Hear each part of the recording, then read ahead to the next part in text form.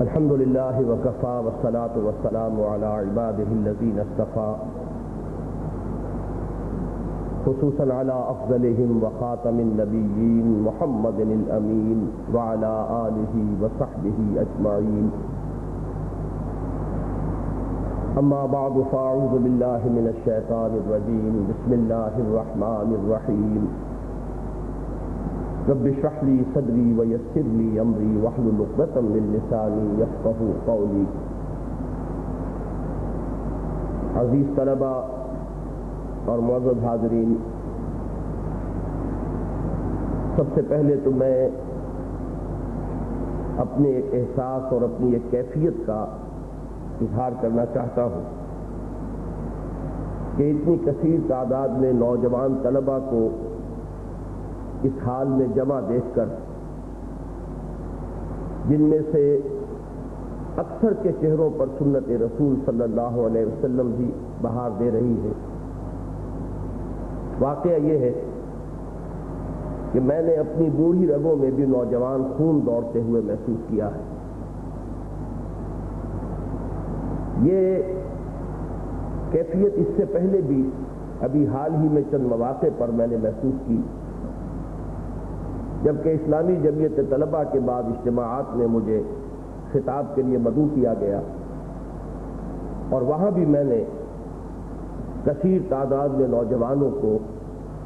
ایک جوش کے ساتھ اور جذبے کے ساتھ اور دین کے لیے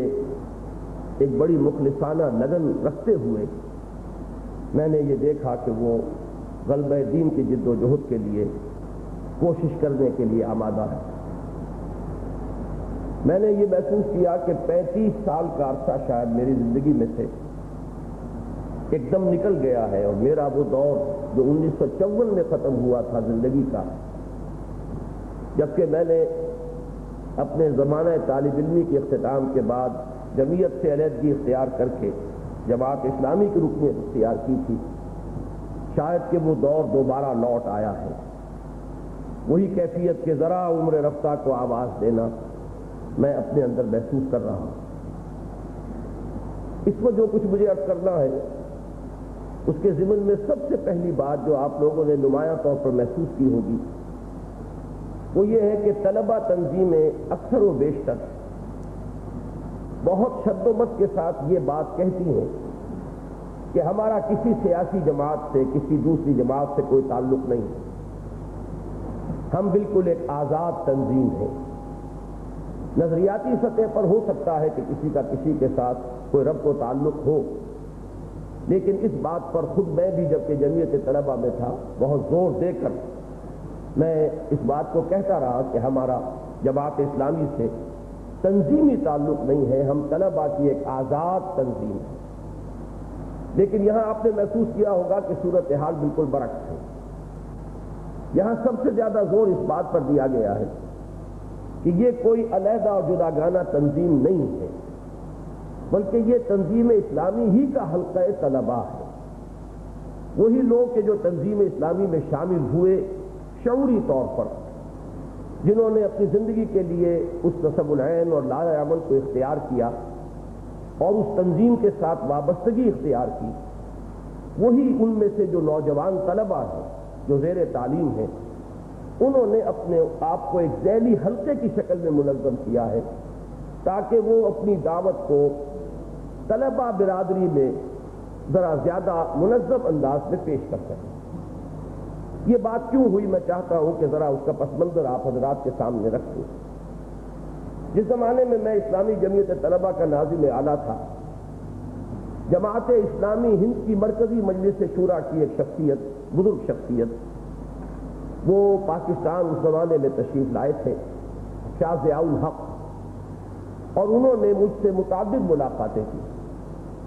کہ وہ بھی ہندوستان کی جماعت اسلامی کے ضمن میں اس وقت غور کر رہے تھے۔ ان کی مرکزی مجلس شورا میں یہ مسئلہ زیر بحث تھا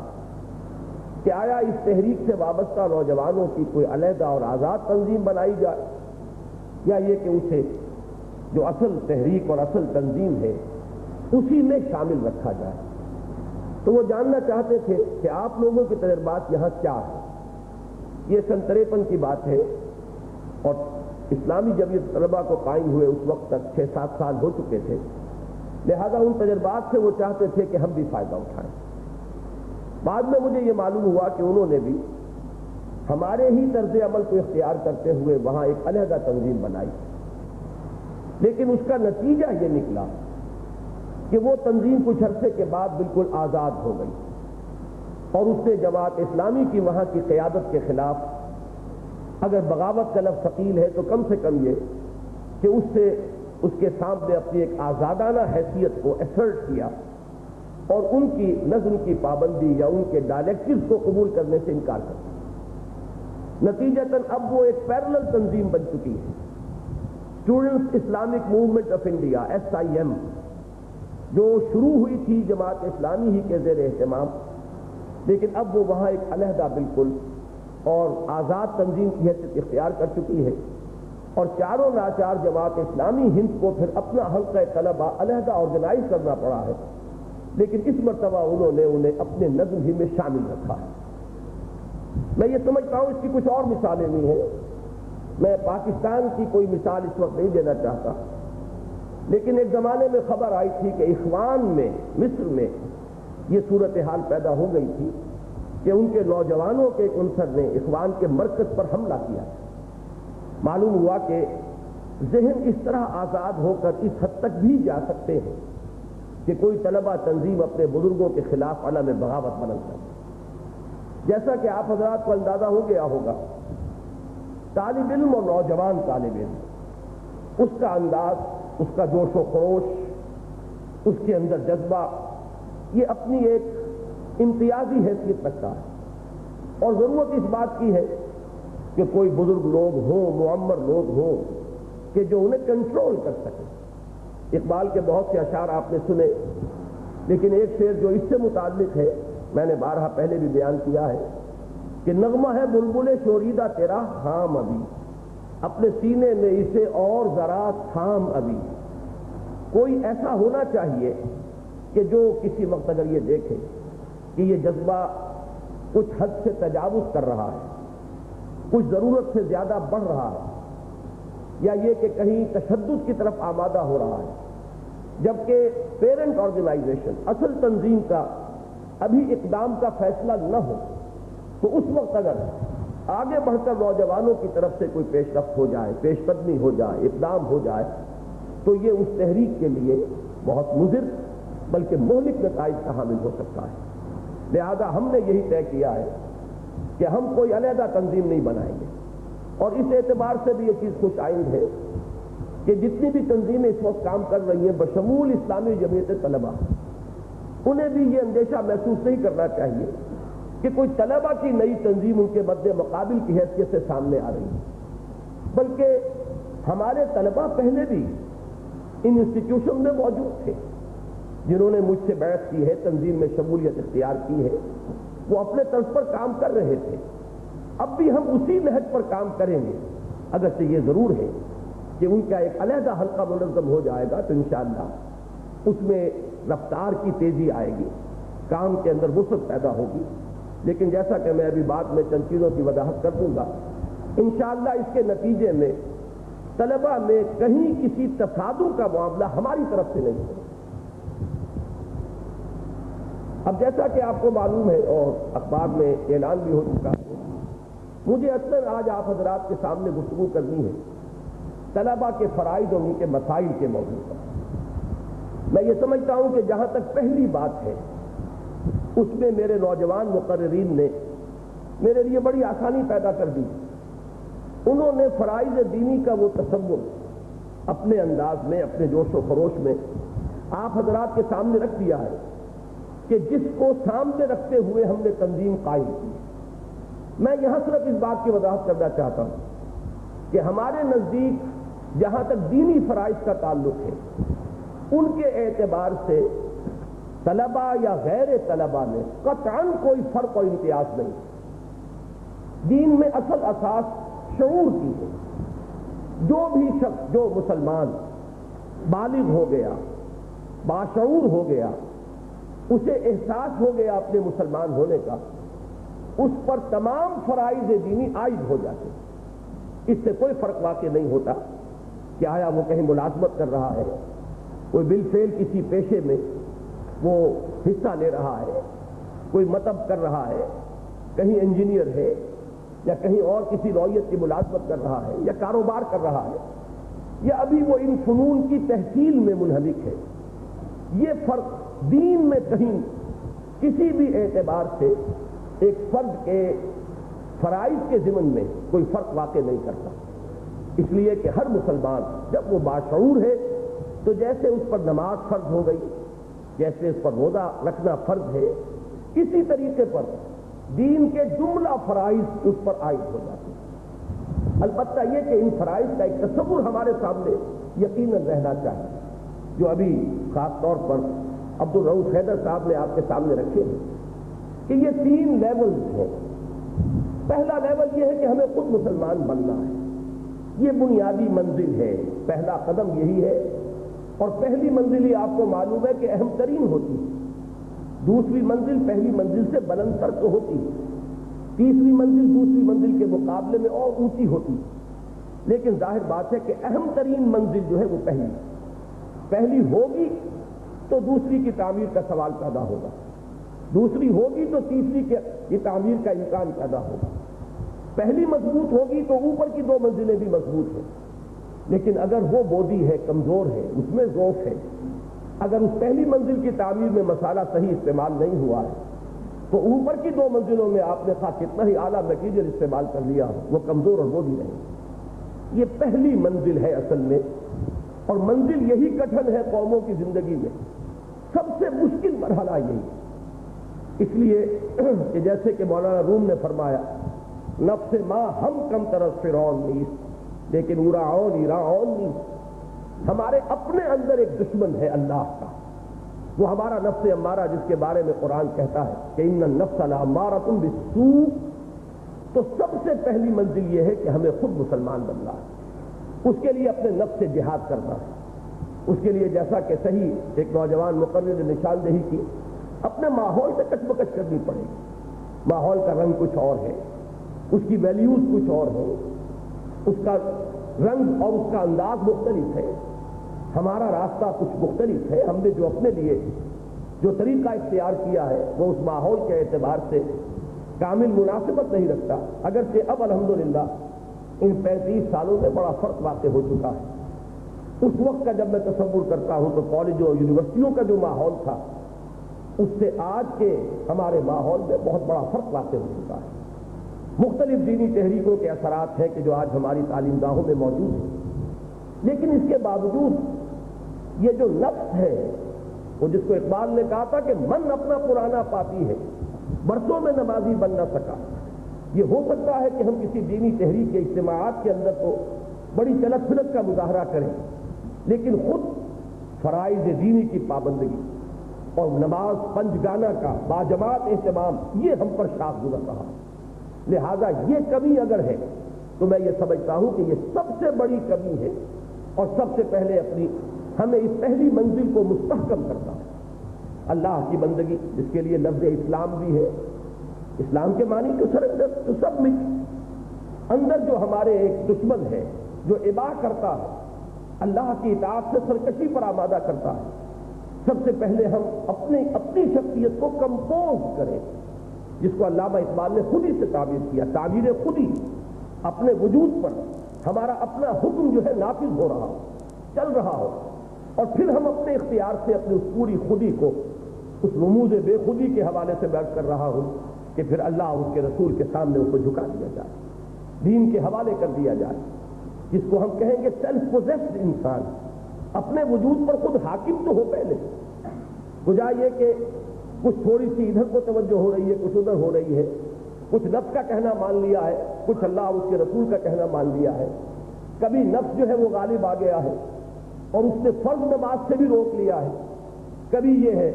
کہ ایک جوش اور جذبہ ہے کہ جو میدان میں لے آیا ہے اور آدمی کسی جوش میں گریبان کھول کر گولی بھی کھانے کے لیے تیار ہے۔ یہ شخصیتیں درکار نہیں، وہ سیلف پوزیسڈ اور کمپوز پرسنالٹی کہ جو پہلے اپنے وجود کے اوپر حکمرانی حاصل کرے، اور پھر اپنے اس پورے وجود کو اللہ کے سامنے سربسجود کر دیں، یہ ہے پہلا مرحلہ جو مشکل ترین ہے اور سب سے زیادہ کٹن۔ دوسرا مرحلہ دعوت اور تبلیغ یا شہادت حق، شہادت علی الناس، جس کی آیات ابھی آپ نے سنی ہے، اس کے ضمن میں میں خاص طور پر توجہ دلاؤں گا کہ اس دعوت کے مختلف لیولز ہیں، اور ہمیں نوجوان طلباء کو خاص طور پر جس کام کے لیے تیار کرنا ہے وہ محض وعظ نہیں ہے۔ وعظ ایک عام آدمی بھی کہہ سکتا ہے، عوام الناس پر وہ وعظ مؤثر بھی بہت ہوتا ہے، اس کے نتائج نکلتے ہیں، لیکن ہمارے سامنے سب سے بڑا چیلنج فکر جدید کا ہے، جس کے رگ و پے میں الحاد فرائض کیے ہوئے، وہ مغربی تہذیب جس کا اس وقت پورے گلوب کے اوپر غلبہ ہے۔ میں نے اپنے چھوٹے سے کتاب کے اسلام کی نشت ثانیہ میں جو 21 برس قبل لکھا تھا، اور جو بنیادی مینیفیسٹو بنا ہے پھر انجمن خدام القرآن کا اور قرآن اکیڈمی اور قرآن کالج مختلف اسکیمیں جو ہم لے کر چل رہے ہیں، اس میں وضاحت سے عرض کیا تھا کہ اس وقت پورے کرۂ ارضی کو انولپ کیا ہوا ہے ایک عالمی تہذیب میں، اور اس عالمی تہذیب کے 3 اجزاء ترکیبی ہیں۔ اس تہذیب میں خدا کے مقابلے میں کائنات کی اہمیت زیادہ سمجھی جاتی ہے، روح کے مقابلے میں مادے کو زیادہ لائق اعتنا سمجھا جاتا ہے، حیات اخروی کے مقابلے میں حیات دنیاوی زیادہ توجہات کا مرکز بن گئی ہے۔ اگرچہ اصولی طور پر تو یہ کہا جائے گا کہ ہم خدا کا اور آخرت کا اور روح کا انکار نہیں کرتے، نہ اقرار کرتے ہیں نہ انکار کرتے ہیں۔ سائنٹیفک ایٹیٹیوڈ یہی ہے کہ یہ ماورائی حقیقتیں ہیں، یہ ہمارے حواس کی تفتیش کے دائرے میں نہیں آتی، لہذا ہم اس کے بارے میں نہ کوئی نفی کا موقف اختیار کریں گے نہ اس بات کا، لیکن جو نتیجہ نکلتا ہے وہ یہ ہے کہ انسان کی توجہات کل کی کل اس کائنات پر، اپنے بدن پر اور حیات دنیاوی پر مرتکب ہو کر رہ گئی۔ یہ اس تہذیب کا تجزیہ ہے، اور یہ تہذیب اس وقت اس طرح سرایت کیے ہوئے ہے کہ مختلف ممالک میں اگرچہ مختلف تہذیبیں نظر آتی ہیں، لیکن اگر آپ بنظر غائب مطالعہ کریں گے تو معلوم ہوگا کہ ان تہذیبوں میں فرق جو ہے وہ صرف کچھ سطحی سی چیزوں کا ہے۔ جہاں تک اقدار کا تعلق ہے، ویلیوز کا تعلق ہے، وہ ہندوستان کی ہندو تہذیب ہو یا پاکستان کا مسلمان معاشرہ ہو، وہ بنگلہ دیش کا غالب مسلمان ملک ہو یا اس سے آگے کا کوئی بدھ مت کی اکثریت رکھنے والا ملک ہو، ان سب میں آپ دیکھیں گے کہ بنیادی ویلیوز یہی بن چکی ہیں۔ یہ دنیا نہ کہ حیات اخروی، یہ بدن نہ کہ روح، اور یہ کائنات نہ کہ خدا اور اس کی ذات و صفات۔ یہ جو توجہ کا ارتکاز ہو چکا ہے یہ عالمی سطح پر ہے، اور ہر ملک میں مذہب کے ساتھ اگر کوئی لگاؤ ہے بھی تو وہ نچلے طبقات کے اندر پایا جاتا ہے۔ ہندوستان میں بھی اب کوئی اعلیٰ طبقے کا فرد کسی مندر میں جاتا آپ کو نظر نہیں آئے گا۔ کبھی کوئی اندرا گاندھی کسی مندر میں جائے گی تو وہ کسی پولیٹیکل مقصد کے حصول کے لیے، وہ عوام کے سامنے اپنا کوئی روپ، ایک نیا روپ جو ہے وہ پیش کرنے کے لیے یہ تکلف کرے گی، ورنہ مندر وغیرہ اب ان کے ذہن میں اور ان کے فکر میں کہیں اس کے لیے کوئی گنجائش نہیں ہے۔ یہی معاملہ ہمارا کہ ہمارے بھی اعلیٰ ترین طبقات، ایک دور گزرا ہے کہ حکومت کی سطح پر بھی کوئی آرڈیننس آیا تھا نماز کا، اور اعلیٰ ترین چونکہ یہاں پہ ایک شخصیت ایسی تھی کہ جو نمازی تھی، روزے دار تھی، کچھ اس کے اثرات کہیں کہیں نظر آتے ہیں، لیکن یہ ہے کہ ذرا بھی اگر آپ کسی بھی شخص کی جو اصل ویلیو سٹرکچر اس کا ہے اس کا تجزیہ کریں گے تو معلوم ہوگا کہ بنیادی اقدار تو وہی ہے، بنیادی سوچ وہی ہے، بنیادی توجہات کا ارتکاز انہی ایشوز پر ہے۔ یہ اصل چیلنج ہے جس کا ہمیں سامنا ہے۔ احیاء اسلام کی جد و جہد کامیاب نہیں ہو سکتی جب تک کہ اس چیلنج کا مقابلہ نہ کیا جائے۔ اگر علمی سطح پر کوئی انقلاب نہیں آتا، اور یہ جو تہذیبی رو یا جسے کہا جاتا ہے ڈان بہتا رہا، یہ تہذیب کا ڈان اور یہ نظریاتی ڈان جس سمت میں بہہ رہا ہے، اگر اس کا رخ نہ موڑا جا سکا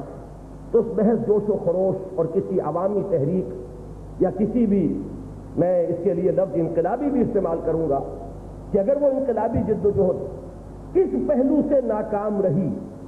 کہ وہ اعلیٰ ترین اور ذہین ترین طبقات کے اندر، جسے آپ انٹیلیجنسیا سے تعبیر کرتے ہیں، جسے آپ برین ٹرسٹ سے تعبیر کرتے ہیں، جو آپ کی انٹلیکچوئل مائنورٹی ہے، اگر اس میں ایک مضبوط نیوکلیس پیدا نہ کر سکے جس کا اسلام پر اور ایمان پر جو یقین ہے وہ علی وجہ البصیرت ہو، جو کسی درجے میں جو الفاظ نبی اکرم صلی اللہ علیہ وسلم سے کہلوائے گئے ہیں قرآن مجید میں کہ نبی یہ کہیے قل ھذہ سبیلی ادعو الی اللہ علی بصیرۃ انا ومن اتبعنی، کہہ دیجیے یہ میرا راستہ ہے اور میں اللہ کی طرف بلا رہا ہوں علی وجہ البصیرت، میں کوئی اندھیرے میں ٹامک ٹوئیاں نہیں مار رہا ہوں، بلکہ جس بات کی طرف بلا رہا ہوں علی وجہ البصیرت بلا رہا ہوں، وہ میری اپنی ایک کنوکشن ہے۔ میں جس کے لیے کہا کرتا ہوں ایک مصرے کو ذرا بدل کر، مصرا تو ہے قلندر ہر سے گوید دیدہ گوید، لیکن میں کہا کرتا ہوں پیمبر ہر سے گوید دیدہ گوید، لیکن یہاں اس آیہ مبارکہ میں فرمایا وَمَنِ اتَّبَعَنِی، صرف میں ہی نہیں بلکہ میرے ساتھ جو ہیں، یہ ابو بکر ہیں، یہ عثمان ہیں، یہ علی ہیں، یہ مصعب بن عمیر ہے، یہ عبداللہ ابن ام مکتوم ہے جنہیں حضور نے مدینہ منورہ بھیجا تھا، یہ بھی جو بلا رہے ہیں تو اندھیرے میں ٹامک ٹوئیاں نہیں مار رہے ہیں بلکہ علی وجہ البصیرت بلا رہے ہیں۔ تو ہمیں نوجوانوں کی ایک ایسی کھیت تیار کرنی ہے کہ جو اس اعلیٰ ترین سطح پر دین کی دعوت کا کام کر سکے۔ اگر یہ کام نہ ہو سکا، اور ظاہر بات ہے کہ وقتی سیاسی ہنگاموں کے اندر اگر توجہات جو ہے وہ منقسم رہی اور اس میں اپنی اصل قوت کو کھپایا گیا تو یہ میدان خالی رہ جائے گا، اور یہ میدان اگر خالی رہ جائے تو کسی عوامی جد و جہد سے جس کا میں بعد میں تذکرہ کروں گا وہ بھی ہمارے پیش نظر ہے، لیکن یہ کہ اس سطح پر جس کا کہ میں اس وقت ذکر کر رہا ہوں دعوت کی اور تبلیغ کی سطح، اس پر میرے نزدیک اہم ترین یہ ہے، یہ مقدم ترین ہے، یہ ہماری پرائرٹی نمبر 1 ہونی چاہیے کہ کچھ ایسے لوگ پیدا ہوں جو دین پر وہ یقین رکھتے ہوں علی بصیرۃ انا ومن اتبعنی کا ایک عکس ان کے اندر موجود ہے۔ ظاہر بات ہے کہ درجہ تو وہ کسی کو حاصل نہیں ہوگا، ایک مقام نبوت ہے وہ تو ویسے ہی اب ختم ہوا، نبی اکرم صلی اللہ علیہ وسلم کے بعد اس کا دروازہ بند ہو چکا، پھر صحابہ کرام کو جس درجے کا یقین اور بصیرت باطنی اور کنوکشن حاصل تھی ہم اس کا بھی تصور نہیں کر سکتے، لیکن یہ کہ اس کا کوئی نہ کوئی عکس موجود ہونا چاہیے، تب وہ کام ہوگا علی منہاج النبوہ، نبوت کے راستے پر، نبوت کے نقش قدم پر، اور اگر وہ نہیں ہوتا ہے تو پھر ایک عوامی ہنگامہ جو ہے وہ تو کھڑا کیا جا سکتا ہے لیکن کوئی واقعی تبدیلی جو ہے برپا نہیں کی جا سکتی۔ اس لیے کہ میں نے بارہا مثال دی ہے کہ انسانی معاشرہ بیہیو کرتا ہے ایک انڈیویجول کی طرح، جیسے میرا یہ وجود ہے، میرے ہاتھ ہیں ان میں اللہ نے کچھ استعداد رکھی ہے، میری ٹانگیں ہیں جو مجھے لے کر کسی راستے پر چل سکتی ہیں، لیکن یہ تمام اعضاء و جوارح تابع ہیں اس دماغ کے، یہ دماغ میرے وجود پورے وجود کے مقابلے میں اس 2 من کی لاش کے مقابلے میں کتنا ہوگا؟ وہ پاؤ بھر کا ہوگا، 1.5 پاؤ کا ہوگا، لیکن یہ کنٹرول کرتا ہے، ہاتھ پکڑ سکتا ہے کسی شے کو لیکن کس شے کو پکڑے کس کو نہ پکڑے اس کا فیصلہ نہیں کر سکتا۔ میری ٹانگیں مجھے لے کر چل سکتی ہیں کسی راستے پر، لیکن کس راستے پر جانا ہے کس پر نہیں جانا اس کا فیصلہ یہاں ہوگا۔ تو بالکل اسی طرح ہر سوسائٹی بیہیو کرتی ہے کہ اس کا ایک برین ٹرسٹ ہے، وہ برین ٹرسٹ ڈیسائیڈ کرتا ہے، عوام جو ہے اس کے دست و بازو کے مانند ہے، وہ حرکت کرتے ہیں، چل پڑتے ہیں، جب تک یہ برین ٹرسٹ اسلام کو قبول نہیں کرے گا علی وجہ البصیرت، اس میں یہ بات تو پیش نظر رہے کہ سب کے سب لوگ نہیں بدلا کرتے، لیکن میں جو بات کہہ رہا ہوں وہ یہ ہے کہ اس برین ٹرسٹ میں ایک مضبوط نیوکلیس کا پیدا ہونا یہ بہرحال پری ریکویزٹ ہے، انیویٹیبل پری ریکویزٹ کسی بھی اسلامی انقلاب کے لیے۔ تو خاص طور پر نوجوانوں کے سامنے ہم پرائرٹی نمبر 1 کے رکھیں، ان میں سے بھی بالخصوص آج صبح بھی میں نے نوجوانوں کا جب ایک علیحدہ مشاورتی اجتماع تھا تو میں نے عرض کیا کہ اس معاملے میں ہمارے ہاں جو طالب علم کالج اور یونیورسٹیوں میں زیر تعلیم ہے ان کے 2 حصے ہم کرتے ہیں، ایک وہ جو سائنس پڑھ رہے ہیں یا خاص طور پر ٹیکنیکل ایجوکیشن یا پروفیشنل ایجوکیشن، ان لوگوں کو عام طور پر نظریاتی تصادم سے سابقہ پیش نہیں آتا، اس لیے کہ ان چیزوں میں نظریے کا دخل بہت کم ہے۔ اب آپ انجینئرنگ پڑھ رہے ہیں، وہ میکینیکل ہو یا الیکٹریکل ہو یا آپ کو اس سے آگے الیکٹرانکس کی ہے، سول انجینئرنگ ہے، بلڈنگز بنانی ہے، اب اس میں نظریات کا کوئی معاملہ نہیں۔ یہی وجہ ہے کہ اس دور میں آپ کا بھی یہ مشاہدہ ہوگا کہ جتنے ایکٹیوسٹ ہیں اس وقت دنیا میں اسلام کے لیے، جو لوگ جدید تعلیم یافتہ طبقات میں سے جو برسر عمل ہیں، جد و جہد کر رہے ہیں، ان میں سے اکثر اسی حصے سے نکلے ہیومینٹیز کے پڑھنے والے، فلسفے کے پڑھنے والے، عمرانیات کے پڑھنے والے، ادب کے پڑھنے والے، تاریخ کے پڑھنے والے، نفسیات کے پڑھنے والے، یہ وہ لوگ ہیں کہ ان کو قدم قدم پر تصادم سے سابقہ پیش آتا ہے۔ ایک نظریہ جو ہے کسی مغربی مفکر نے پیش کیا ہے اور اتنے دلائل کے ساتھ پیش کیا ہے کہ وہ غریب اس کا مقابلہ نہیں کر پا رہا، اس کا جواب وہ خود نہیں دے پا رہا۔ دوسری طرف اس کا عقیدہ ہے، اس عقیدے یا موروثی ایمان کا ایک تصادم ہے جو قدم قدم پر ہو رہا ہے۔ کچھ لوگ تو ایسا کر لیتے ہیں، اس کو سپریشن کہتے ہیں، کہ جیسے جس آنکھ میں سکوینٹ ہوتی ہے، بہنگا پن، اس بہنگا پن والا جو شخص ہے اس کا ایک فینومینن ہے کہ وہ اگر دونوں آنکھوں کو استعمال کرے گا تو اسے ہر شے دو نظر آئے گی، لہذا وہ ایک چیز کو سپریس کر دیتا ہے، ایک آنکھ سے وہ دیکھتا ہی نہیں۔ اگرچہ آنکھ کھلی ہے، لوگوں کو نظر آتا ہے کہ وہ بھی آنکھ کھلی ہے، لیکن وہ اس آنکھ سے نہیں دیکھ رہا، بلکہ وہ ایک ہی آنکھ سے دیکھ رہا ہے، اس نے سپریس کر لی ہے اپنی ایک آنکھ کی بینائی۔ اسی طرح ہمارے معاشرے میں کچھ لوگ ہیں جو سپریس کر لیتے ہیں، کسی ایک شے کو سپریس کر لیا اور دوسری چیز کے تحت انہوں نے بخشٹ اپنی زندگی جو ہے گزارنی شروع کر دی۔ میں ان کے بارے میں کہا کرتا ہوں کہ سپلٹ پرسنالٹیز، منقسم شخصیتیں، وہ کمپوز شخصیتیں نہیں ہیں۔ ہمیں تو وہ شخصیتیں درکار ہیں، میں پھر وہی الفاظ جو ہے ان کا حوالہ دوں گا، علی بصیرت انا ومن اتبعنی، وہ جانتے ہوں اور علی وجہ البصیرت جانتے ہیں۔ تو ہمیں ان میدانوں میں جو لوگ تعلیم حاصل کر رہے ہیں، ویسے تو یہ کہ ان میں یقیناً کیجولٹی ریٹ بہت زیادہ ہے، وہ لوگ جو ہیں دین سے اور اپنے بنیادی ایمانیات سے منحرف ہونے میں ان کی تعداد آپ کو زیادہ ملے گی۔ یہی وجہ ہے کہ آپ کو نوجوانوں میں ایکٹیوسٹ نوجوان، اب آپ نے نام سنا ہوگا جہاد افغانستان کے سلسلے میں انجینئر گلبدین حکمت یار، انجینئر احمد شاہ احمد زئی، یہ سب لوگ کون ہیں جنہوں نے ٹیکنیکل ایجوکیشن حاصل کی، انہیں کہیں بھی نظریاتی تصادم کا سابقہ پیش نہیں آیا، لہذا وہ اپنے ایمان پر، اپنے عقائد کے اوپر پورے طور پر جاگزی ہیں اور ان کا دل جو ہے ٹوٹا ہوا ہے۔ لیکن ان غریبوں کا تصور کیجیے جو فلسفہ پڑھ رہے ہیں، جنہوں نے نظریاتی سطح پر جو تصادم اس وقت ہے دنیا میں اعلیٰ ترین علمی سطح پر، اس کو کبھی فیس کیا، ایسے لوگوں میں جو بچ جائیں وہ انتہائی قیمتی ہماری متاع ہے۔ ان میں اگر کہیں وہ علی وجہ البصیرت ایمان اور یقین کی رمق باقی رہ گئی ہو تو یہ ہمارے لیے مستقبل کے اس کام کے لیے ہمارا گویا کہ ابتدائی سرمایہ ہے، سٹارٹنگ کیپٹل ہے۔ اب ہمیں انہیں اس کام میں لگانا ہے کہ وہ قرآن کو پڑھیں اور گہرائی میں اتر کر پڑھیں، تدبر کریں اس پر، اور اگر انہیں واقعتاً قرآن کی رہنمائی انہیں اپیل کرے، صرف ڈوگما کی حد تک نہیں، انہیں کنوکشن حاصل ہو جائے کہ جا حق یہ ہے جو قرآن پیش کر رہا ہے، فلسفہ یہ ہے جو قرآن پیش کر رہا ہے، علم النفس کے اصل حقائق یہ ہے جو قرآن نے مجھے بتائے ہیں، اقتصادیات کے لیے تو صحیح اصول وہ ہے جو قرآن دے رہا ہے، عمرانیات کے لیے صحیح اصول وہ ہے جو قرآن دے رہا ہے۔ اگر اس قسم کی شخصیتیں پیدا ہوں اور وہ علمی سطح پر، جس کو کہ سورۃ النحل میں کہا گیا ہے کہ دعوت و تبلیغ کے 3 لیول ہیں، قل ھذہ سبیل ادع الی سبیل ربک بالحکمۃ والموعظۃ الحسنۃ وجادلھم باللتی احسن، بلاؤ اپنے رب کے راستے کی طرف سب سے اوپر بالحکمہ، دلائل کے ساتھ، وژڈم کے ساتھ، برہان کے ساتھ، جیسے قرآن خود اپنے مخالفین سے کہتا ہے کہ ہاتھوں برہانکم ان کنتم صادقین، لاؤ دلیل اگر تمہارے پاس موجود ہے۔ وہ خود بھی دلیل سے بات کرتا ہے، لیکن اس کی دلیل کو سمجھنے کی ضرورت ہوگی، وہ اس میں غوطہ زنی کر کے ہمیں حاصل ہوگی کہ اس کے دلیل کیا ہے۔ ہر دور کے لیے اس میں دلیل ہے اور رہنمائی ہے، لیکن ہر دور کے لیے جو رہنمائی اس میں مثمر ہے، اس کے لیے اس کی گہرائیوں کے اندر غوطہ زنی کرنی پڑے گی، جیسے علامہ اقبال نے فرمایا تھا کہ قرآن میں ہو غوطہ زن ہے مرد مسلمان، موجود ہے وہاں سب کچھ، لیکن ظاہر بات ہے کہ قرآن مجید کا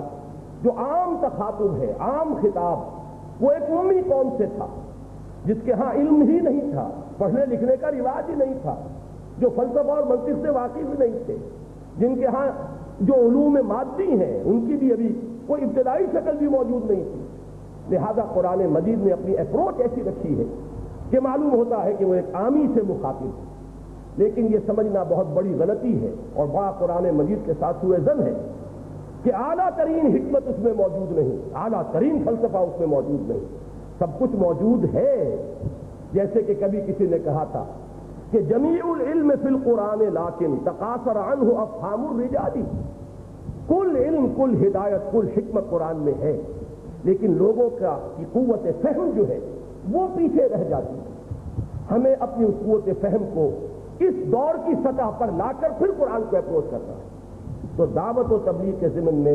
ہمارا ہدف اولین یہ ہے۔ البتہ اس کے ساتھ ساتھ جو دوسرے طلباء ہیں ان کے لیے جن میں اس اعلیٰ کام کی صلاحیت اگر نہیں ہے،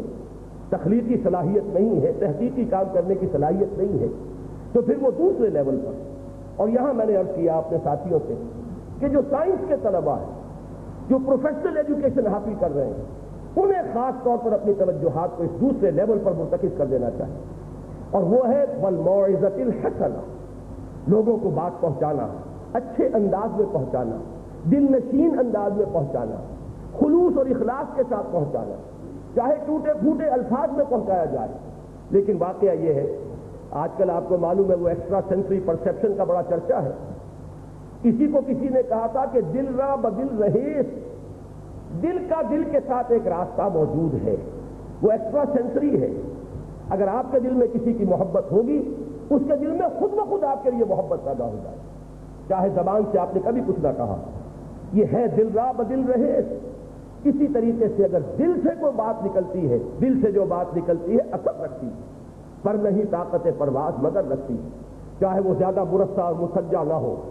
وہ دلائل سے مسلح نہ ہو، لیکن اگر سننے والا یہ محسوس کرے کہ یہ خلوص کے ساتھ کہہ رہا ہے، میری بھلائی کے لیے کہہ رہا ہے، یہ اپنی دھوس نہیں جمانا چاہتا، یہ اپنی علمیت کا روب مجھ پر نہیں ڈالنا چاہتا، جسے میرے ایک ساتھی نے کہا دی ارج ٹو ڈومینیٹ، یہ مجھ پر ڈومینیٹ کرنے کے لیے یہ ساری بات نہیں کر رہا ہے، بلکہ یہ کہ یہ میرے بھلائی کے لیے خلوص و اخلاص کے ساتھ اس کا اثر ہوگا۔ اور تیسرا لیول بھی ہے وَجَادِلْهُمْ بِالَّتِي هِيَ أَحْسَنُ، اس لیے کہ ظاہر بات ہے کہ آپ کسی خلا میں نہیں ہیں، یہاں مخالف قوتیں موجود ہیں، مذہبی سطح پر بھی اصل اور حقیقی جو ہمارے عقائد ہیں ان میں بگاڑ پیدا کرنے کے لیے بہت سی قوتیں موجود ہیں۔ میں اس وقت کسی کا نام نہیں لینا چاہتا، لیکن یہ کہ ان میں شیڈ ہے، کوئی گمراہی کی بہت آخری حدوں کو نکل گئے، بلکہ حدوں سے تجاوز کر گئے، جیسے قادیانی ہے، حدود اسلام سے باہر نکل گئے، لیکن اب بھی وہ اسلام کا لبادہ اوڑھے ہوئے آپ کی صفوں کے اندر اور آپ کے اپنے معاشرے کے اندر نقب لگانے میں مصروف ہے۔ اس سے بھی آگے عیسائی مشنریز موجود ہیں، کثیر تعداد میں یہاں پر وہ مسلمانوں کو کنورٹ کر رہے ہیں۔ اس کے علاوہ جو اب اسلام کے قانونی دائرے کے اندر ہیں ان میں بھی بہت سے گمراہ جو ہے فرقے موجود ہیں، ان کے ساتھ مقابلہ کرنے کے لیے جسے آپ کہتے ہیں to meet them in their own elements, ان سے بات کرنی ہوگی۔ جیسے کبھی مولانا رحمۃ اللہ کیرانوی رحمۃ اللہ علیہ نے پادری فینڈر کو شکست دی تھی، تو واقعہ یہ ہے کہ ہندوستان کے مسلمانوں کی ایک بہت بڑی تعداد کے دین و ایمان کو بچانے کا سامان کر لیا تھا، ورنہ اس شخص نے کھڑے ہو کر ایک وقت میں جامع مسجد دلی کی سیڑھیوں پہ کھڑے ہو کر اعلان کر دیا تھا کہ میں کلکتے سے دلی تک آ گیا ہوں اور میں نے ہر شہر میں مناظرہ کیا ہے مسلمان علماء سے اور سب کو شکست دی ہے، کوئی ثابت نہیں کر سکا کہ دین محمد برحق ہے اور یہ کہ ہمارا دین باطل ہے۔ میں اب پورے ہندوستان کے علماء کو چیلنج کر رہا ہوں کہ آئے کوئی اور میرا مقابلہ کرے۔ اگر خدا نہ خواستہ اس وقت کوئی شخص سامنے نہ آ سکتا اور اس میں یہ استعداد نہ ہوتی اور وہ بائبل کا اتنا بڑا عالم نہ ہوتا، تورات کا اتنا بڑا فاضل نہ ہوتا، عبرانی زبان کا اتنا زیادہ جاننے والا نہ ہوتا کہ اس کے ساتھ مقابلہ کر سکتا، تو پورے ہندوستان میں جو ہے مسلمانوں کے اندر ایک مروبیت پیدا ہو جاتی اور اس کا جو نتیجہ نکلتا آج اس کا تصور ہم کرتے تو رونگٹے کھڑے ہوتے۔ لیکن ہوا یہی کہ جو اقبال نے کہا تھا کہ خون اسرائیل آ جاتا ہے آخر جوش میں، توڑ دیتا ہے کوئی موسیٰ طرف میں سامری۔ مولانا رحمۃ اللہ کیرانوی رحمۃ اللہ علیہ صاحب نے آئے، انہوں نے اسے شکست فاش دی اور اس شخص میں یہ شرافت تھی کہ ہندوستان میں ٹکا نہیں، بھاگ گیا، راہ فرار اختیار کی۔ وہ کتاب آج بھی موجود ہے، مولانا تقی عثمانی صاحب نے اس کا ترجمہ کیا ہے۔ اس کتاب کا نام تو اظہار الحق تھا، عربی میں کتاب لکھی گئی تھی، لیکن یہ ہے کہ اب اس کا ترجمہ بائبل سے قرآن تک کے عنوان سے کیا گیا ہے۔ اس کے بہت جو مشکل مقامات ہیں، اس لیے کہ آج کے ہمارے نوجوان کے لیے وہ چیزیں شاید بالکل غیر متعلق سی ہیں، لہذا تشریحی نوٹ بھی انہوں نے اس میں ایڈ کیے ہیں۔ بہرحال یہ 3 لیولز ہیں کہ جن پر دعوت دین کی ذمہ داری اس امت مسلمہ پر ہے۔ یہ شہادت علی الناس یہ ایسی بسیط شے نہیں ہے کہ بس گئے اور ایک تقریر کی اور وہاں ما علینا الا البلاغ، پہنچایا اور فارغ ہو گئے۔ گویا کہ ہم نے حق ادا کر دیا، ہم نے حجت قائم کر دی۔ یہ حجت قائم کرنے کے لیے محمد الرسول اللہ صلی اللہ علیہ وسلم کو کتنی مشقت جھیلنی پڑی تھی، کس طرح انہوں نے اپنے نوجوان ساتھیوں کو تیار کیا تھا جن کا کام ہی تعلیم و تعلم قرآن تھا۔ ان کا ایک جمگٹھا رہتا تھا، جب حضور مکہ مکرمہ میں سے دار ارقم مرکز تھا، وہ اس وقت کی قرآنی خانقاہ کہہ لیجیے اسے، کہ حضور صلی اللہ علیہ وسلم وہاں تشریف فرما ہے، وہی نازل ہو رہی ہے، اور یہ 8-10 نوجوان تھے، عبداللہ ابن مسعود رضی اللہ تعالی عنہ، پھر جو غلام بھی حضرت ابو بکر نے خریدا اور اس میں آزاد کیا وہ بھی یہی آ گئے، بلال یہی ہے، خباب بن الارت یہی ہے، عمار ابن یاسر یہی ہیں نوجوان، عبداللہ ابن ام مکتوم یہاں آ گئے ہیں، مصعب بن عمیر کو گھر سے نکال دیا گیا، برہنہ کر کے آ گئے محمد کے قدموں میں صلی اللہ علیہ وسلم اور ان کے دامن میں۔ اب ان کا ہمتن کام یہ رہ گیا تھا کہ ادھر وہی نازل ہوئی، ادھر انہوں نے یاد کر لیا اور اس کو سمجھا، اسے اپنے قلب کا، اپنے ذہن کا حصہ بنایا، جزو لاین پڑا، اور اب وہ گھومتے تھے شہر میں، مکے میں، جگہ جگہ جا رہے ہیں، جو لوگ ایمان لا چکے ہیں انہیں قرآن پہنچا رہے ہیں، اور جہاں بھی انہیں نیا موقع نظر آتا ہے قرآن کی تبلیغ کر رہے ہیں۔ ایسے کچھ لوگ کہ جو ہمتن قرآن مجید کے لیے اپنے آپ کو وقف کر دینے والے ہیں۔ میں نے جب وہ نشأت ثانیہ والا مضمون لکھا تھا، قرآن اکیڈمی کا کانسیپٹ دیا تھا، تنظیم اسلامی کے قیام سے پہلے انجمن خدام القرآن قائم کی تھی، قرآن اکیڈمی کی تعمیر کا آغاز ہو گیا تھا۔ اب اس کے بعد یہ ہے کہ قرآن کالج الحمدللہ کے زیر تعمیر ہے۔ تو میں صرف یہ چاہتا ہوں کہ آپ کے سامنے رہے کہ ہم کوئی ایسی سیاسی یا کوئی ہنگامی قسم کی تنظیم قائم کرنے کے لیے طلباء میں ہم نے یہ علیحدہ حلقہ منظم نہیں کیا ہے۔ ہماری پرائرٹیز وہی رہیں گی، ہمارا فکر وہی ہے، ہماری سوچ وہی ہے، ہماری تقدیم و تاخیر کے پیمانے وہی ہیں، لیکن یہ ضرور ہے کہ ہم چاہتے ہیں کہ نوجوان طلباء اگر ان کا اپنا ایک پلیٹ فارم ہو جس میں ان کا اپنا ایک رابطہ ہو، اور وہ اپنے طلباء کے ساتھ کمیونیکیٹ کر سکیں، اپنے ساتھیوں کے ساتھ، اپنے ہم عمر لوگوں کے ساتھ، اپنے ہم سبق یا ہم مکتب طلباء کے ساتھ، تو شاید کہ یہ دعوت جو ہے یہ زیادہ وسیع پیمانے پر زیادہ صورت کے ساتھ آگے پھیل سکے۔ ورنہ یہ کہ بحیثیت طالب علم ہمارا جو اصل ہدف رہے گا وہ یہی ہے کہ ہمیں ایک ایسی فورس تیار کرنی ہے جس کو کہ آئیڈیولوجیکل فورس آپ کہیں، نظریاتی فورس کہیں، کہ جو جدید افکار کا مقابلہ کر سکے۔ بلکہ مجھے مولانا ظفر علی خان کا وہ شعر یاد آیا ہے، اگرچہ ذرا اس میں ابتذال کا پہلو ہے، لیکن شعر بڑا پیارا ہے کہ تہذیب نو کے منہ پہ وہ تھپڑ رسید کر جو اس حرامزادی کا حلیہ بگاڑ دے، تو اسی طریقے سے اس جدید فکر کے اوپر وہ تھپڑ رسید کرنا ہے، لیکن وہ فکر کا تھپڑ جو ہے وہ فکر ہی کا ہوگا۔ ان الحدید بالحدید یفلح، لوہا لوہے سے کٹتا ہے۔ فکر کا جادو جو ہے وہ واعظ سے ختم نہیں ہوگا۔ واعظ کے لیے عوام الناس ہیں جن کے ذہن کلین سلیٹ کے مانند ہیں، ان میں کہیں کوئی غلط نظریات نے ڈیرے نہیں جمائے ہیں، کہیں کوئی خناس ان کے دماغوں کے اندر نہیں ہے۔ ان کے سامنے جائیے اور دل سے بات کیجیے، جیسا کہ میں نے عرض کیا، از دل خیزت بر دل ریزت۔ لیکن یہ ہے کہ اس کے لیے تو پھر بھی ہمارے معاشرے میں ایک بہت بڑی طاقت ہے جو پہلے سے کام کر رہی ہے۔ ہم ابھی سال ہر سال تک کوشش کریں تو شاید والیوم کے اعتبار سے ہم اس کے قریب بھی نہ پہنچ سکیں۔ تبلیغی جماعت کی طرف میں اشارہ کر رہا ہوں کہ واعظ کے میدان میں جذباتی اپروچ اور دین کے ساتھ ایک عملی لگاؤ پیدا کرنے کے لیے ایک خاص ٹیکنیک جو انہوں نے ایجاد کیا ہے، بڑے پیمانے پر وہ کام کر رہے ہیں، لیکن اصل جو کام رہا جا رہا ہے وہ در حقیقت یہ فکر کی سطح کا کام ہے۔ ہمارے ہاں یہ کام صرف ایک شخص نے کیا تھا، اس نے اس کا آغاز کیا ہے۔ اس دور میں اس کام کا آغاز، ایک دور وہ تھا جبکہ فکر ہمارے اوپر حملہ آور ہوا تھا، وہ یونان کے فلسفہ اور منطق کا فکر تھا، ارسطو کی منطق اور افلاطون کے جو نظریات تھے، اس میں نیو پلیٹونزم کا جو ایک مزید عنصر شامل ہوا۔ جب عالم اسلام پر ان کا حملہ ہوا تو اللہ تعالیٰ نے وہی بات کہ خون اسرائیل آ جاتا ہے آخر جوش میں، توڑ دیتا ہے کوئی موسیٰ طلسم سامری، تو اللہ تعالیٰ نے امام غزالی کو اٹھایا، امام اور رومی کھڑے ہوئے، اسی طریقے سے امام ابن تیمیہ رحمہ اللہ وہ میدان میں آئے اور انہوں نے واقعہ کہ رخ موڑ کر رکھ دیا۔ اسی طرح اس دور میں جو سائنٹیفک نیشنلزم آیا تھا، جس نے ہمارے بہت سے لوگوں کو بہا کر ان کے دین و ایمان کے خرمن میں جو ہے ان کی جڑوں کو ڈھیلا کر دیا، اس کا مقابلہ کرنے کے لیے میرے علم کی حد تک پہلا شخص علامہ اقبال کی شکل میں سامنے آیا۔ لیکن ان کا کام بالکل ابتدائی درجے کا تھا. Reconstruction of religious thought in Islam, وہ کام ابھی آگے ہے، اس کو بڑھانا ہے، اس کے اندر بڑی پیش رفت ہونی چاہیے. میری معلومات کی حد تک اس سطح پر کام اگر کیا ہے کسی نے، اس کے بعد تو وہ صرف ڈاکٹر رفیع الدین مرحوم مقبول، آئیڈیالوجی آف دی فیوچر اور حکمت اقبال، اور یہ جو ان کی کتابیں ہیں قرآن اور علم جدید، یہ نوجوان طلباء کو خاص طور پر جو اس سطح پر کام کرنا چاہتے ہیں، جس کا ایک ترجمہ ہم شائع کر رہے ہیں ان کی ایک کتاب کا حکمت قرآن میں، ایک تو ان کی حکمت اقبال سلسلے وار شائع کر رہے ہیں، اور ایک دی مینیفیسٹو آف اسلام، منشور اسلام. یہ اس سطح پر، علم کی سطح پر، فکر کی سطح پر، فلسفے کی سطح پر. تو اگرچہ کام تینوں کرنے کے ہیں، لیکن طلباء کے اندر جو بھی دینی تحریک کام کر رہی ہو،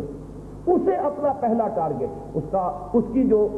پرائرٹی نمبر 1 ہے، وہ اس علمی سطح کے کام کی ہونی چاہیے. اب تیسرا لیول ہے ہمارے فرائض دینی کا، اور یہ لیول جیسا کہ آپ سن چکے ہیں میرے ساتھیوں سے، اس کے لیے لفظ اقامت دین استعمال کریں، انقلاب استعمال کریں، غلبہ دین استعمال کریں. لِيُظْهِرَهُ عَلَى الدِّينِ كُلِّهِ وَيَكُونَ الدِّينُ كُلُّهُ لِلَّهِ. یہ تکبیر رب کا لفظ استعمال کریں، لیکن وہ تکبیر کون سی؟ وہ تکبیر ایک وہ ہے کہ جو صرف اللہ اکبر کے الفاظ کے شکل میں سامنے آتی ہے. ایک تکبیر وہ ہے جسے علامہ اقبال نے کہا ہے، یا وسعت افلاک میں تکبیر مسلسل، یا خاک کی آغوش میں تسبیح و مناجات. وہ مسلک مردان خدا مست، اور یہ مذہب ملا و جمادات و نباتات. وہ تسبیح و تکبیر نہیں جو صرف ایک زبانی کلمے کی حیثیت رکھتی ہے، بلکہ وہ تکبیر کہ جو آفاق میں غلغلہ بلند کر دے، اللہ اکبر. اللہ ہی کا نظام بالا تر رہے گا، اللہ ہی کی بات سب سے اونچی ہوگی. لِتَكُونَ كَلِمَةُ اللَّهِ الْعُلْيَا. ظاہر بات ہے کہ اس کے لیے فرشتے آسمان سے نہیں اتریں گے، یہ انسانوں کی ذمہ داری ہے. اللہ کے رسول صلی اللہ علیہ وسلم نے اس کے لیے خود جد و جہد کی ہے، زمین پر کی ہے، قدم بہ قدم چل کر کی ہے، قربانیاں دے کر کی ہے، فاقے جھیل کر کی ہے، مصائب برداشت کر کے کی ہے. اور آپ کے ساتھ آپ کے صحابہ کرام نے تاریخ دعوت و عظیمت کے جو باب تحریر کیے، جہاں جس طرح انہوں نے اپنی خون کی ندیاں بہائی ہیں، وہ سب ہمارے سامنے ہیں.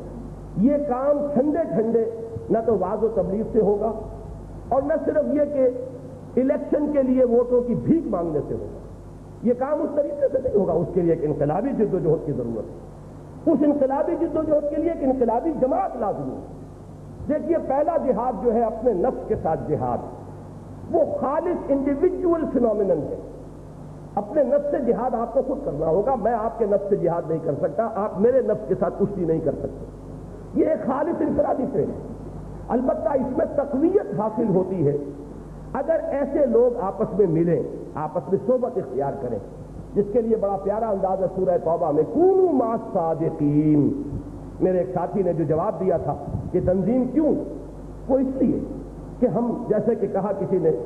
کہ غنیمت ہے کہ ہم صورت یہاں 2-4 بیٹھے، کہ کچھ لوگ ہیں جن کا وہی نقطہ نظر ہے، وہ بھی اسی کوشش میں ہیں، وہ بھی اپنے اپنے نفس کے ساتھ اور اپنے ماحول کے ساتھ کشمکش کر رہے ہیں، تو ان کا کانٹیکٹ جو ہے وہ ایک دوسرے کی تقویت کا ذریعہ بن جاتا ہے. لیکن کوئی جماعت، کوئی ڈسپلن یہاں لازمی نہیں. اسی طرح دعوت اور تبلیغ کے تقاضوں کے لیے بھی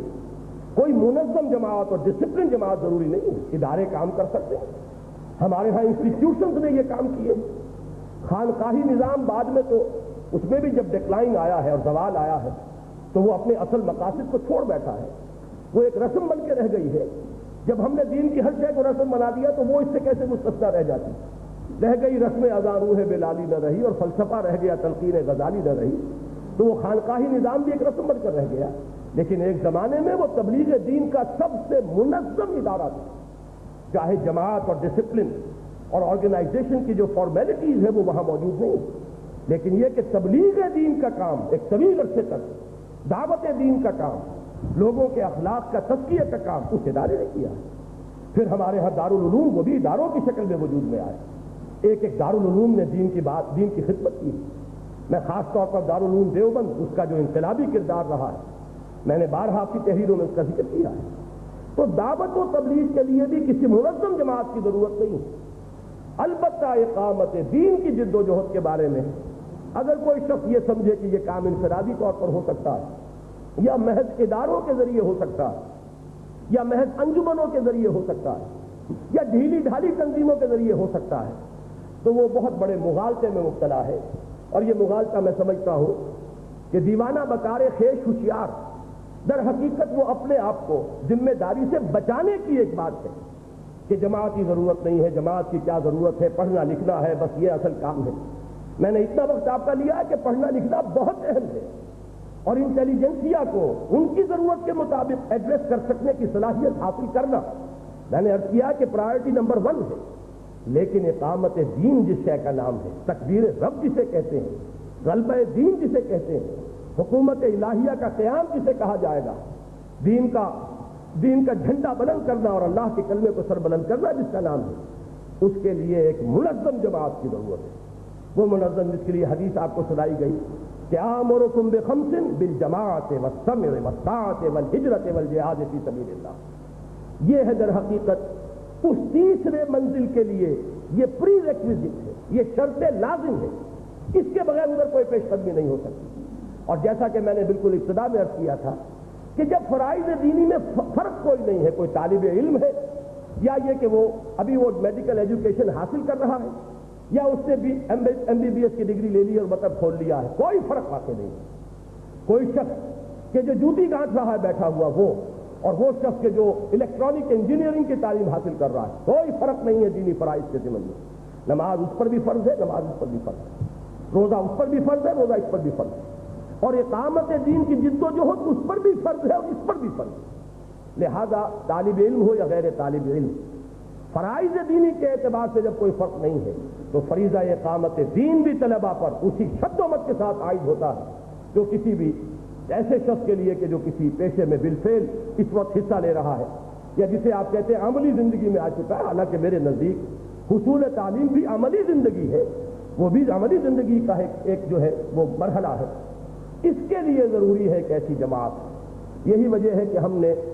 طلباء کے اندر بھی اسی نظام بیعت کو برقرار رکھا ہے۔ جب ہم اسی کو سمجھتے ہیں کہ اس مقصد کے لیے صرف وہی مفید ہے، صرف وہی ہے جس کا ہمیں کتاب و سنت سے سراغ ملتا ہے، اگرچہ میں دوسری طریقے ہائے تنظیم کو حرام نہیں کہتا، مباحات کے درجے میں وہ بھی ہے، لیکن منصوص کہتا ہوں اسی نظام بیعت کو جس کا ذکر قرآن مجید میں آ رہا ہے بارہا، جس کا ذکر سیرت النبی میں مل رہا ہے کئی مرحلوں پر، جس کا ذکر حدیث میں آ رہا ہے۔ ہمارا نظام حکومت بنا تو اسی نظام بیعت پر بنا، اور اگر کبھی نظام حکومت کی اصلاح کے لیے کسی مرد مومن نے میدان میں آ کر کوئی تحریک شروع کی تو وہ بھی بیعت کی بنیاد پر۔ حضرت حسین رضی اللہ تعالیٰ عنہ اگر آئے ہیں نظام حکومت میں جو ایک زوال کی شکل پیدا ہو گئی تھی اس کا راستہ روکنے کے لیے تو وہی بیعت کی بنیاد پر۔ یہ دوسری بات ہے کہ بیعت کرنے والے جو ہیں وہ اپنی بیعت سے وہ منحرف ہو گئے، سارا وبال ان پر ہے، جیسے کہ سورہ فتح میں فرمایا گیا نبی اکرم صلی اللہ علیہ وسلم سے، ان الذین یبایعونک انما یبایعون اللہ ید اللہ فوق ایدیہم فمن نکث فانما ینکث علی نفسہ ومن اوفی بما عاہد علیہ اللہ فسیؤتیہ اجرا عظیما۔ کہ اے نبی، جو لوگ آپ سے بیعت کر رہے ہیں وہ آپ سے نہیں کر رہے، اللہ سے کر رہے ہیں، اللہ کا ہاتھ ان کے ہاتھوں کے اوپر ہے۔ اب جو کوئی بھی منحرف ہوگا اس بیعت سے اس کا سارا وبال وہ اپنی جان پر لے گا، اور جو اس عہد کو پورا کر دے گا اللہ تعالیٰ اسے اجر عظیم عطا فرمائے۔ تو وہ چاہے کسی انسان کے ہاتھ پر بیعت ہو رہی ہو، اصل میں بیع ہے اللہ کے ساتھ، اللہ سے سودا ہے، اللہ نے خریدی ہے جانیں، ان اللہ اشتری من المؤمنین انفسهم واموالهم بان لهم الجنہ۔ مشتری اللہ ہے، بائع بندہ مومن ہے، البتہ اس کو ایک نظم میں منسلک کرنے کے لیے کوئی شخص کہ جو اس کا بیڑا اٹھائے، کوئی شخص جو کہے کہ میں تو اب اس راستے کی طرف پیش قدمی کر رہا ہوں، ہر سے بعد آباد با کشتی درا بنداختین، جو یہ کہے اب اس کے ساتھ جو لوگ اس بیعت سم و طاعت فی المعروف کے اندر منسلک ہو جائیں گے وہ ایک بنیاد مرصوص بنے گی، وہ ایک جماعت بنے گی۔ ہم نے طلباء کے لیے بھی وہی نظم رکھا ہے، اس سے کم تر نظم کے لیے ہم تیار نہیں ہیں، اس لیے کہ ہمارے نزدیک دین کا تقاضا وہی ہے۔ تو جب ہمارے نزدیک طالب علم اور غیر طالب علم میں کوئی فرق نہیں ہے بنیادی دینی اعتبار سے، تو ہم نے کوئی علیحدہ نظام نہیں بنایا۔ وہی باشعور مسلمان نوجوان جو اپنے فرائض کو سمجھ لے گا اور اس کے لیے وہ کمر کسے گا اور نظم میں آنے کے لیے تیار ہوگا، اس کے لیے دروازہ کھلا ہے۔ البتہ ایک فرق ہم نے رکھا ہے، اسے سمجھ لیجیے۔ بعض جماعتوں میں نظام ہوتا ہے کہ پہلے وہ طویل عرصے تک منسلک رہے، اس کے ذہن کو ایک خاص رخ پر ڈھال دیا جائے، اس کے بارے میں اطمینان ہو جائے، اعتماد ہو جائے کہ وہ بات سمجھ گیا ہے۔ شاید یہ اعتماد بھی مقصود ہے کہ محض جذباتی طور پر نہیں آ رہا، یہ ریئلی مینز بزنس، اس کے لیے بھی کچھ وقت درکار ہے، تو اسے امیدوار رکھ کر پھر اسے کہیں کسی حیث تنظیمی میں شامل کیا جائے۔ ہم نے یہ نظام اختیار نہیں کیا۔ ہم میں سے کسی کو یہ دعویٰ نہیں ہے بشمول میرے جو داعی کی حیثیت سے اس وقت آپ کے سامنے ہے کہ وہ کامل ہے اور اس کے اندر کوئی کمی نہیں ہے، بلکہ یہ کہ ہم سب کسی نہ کسی پہلو سے کوئی ذوق جو ہے اپنی شخصیتوں میں لیے ہوئے ہیں۔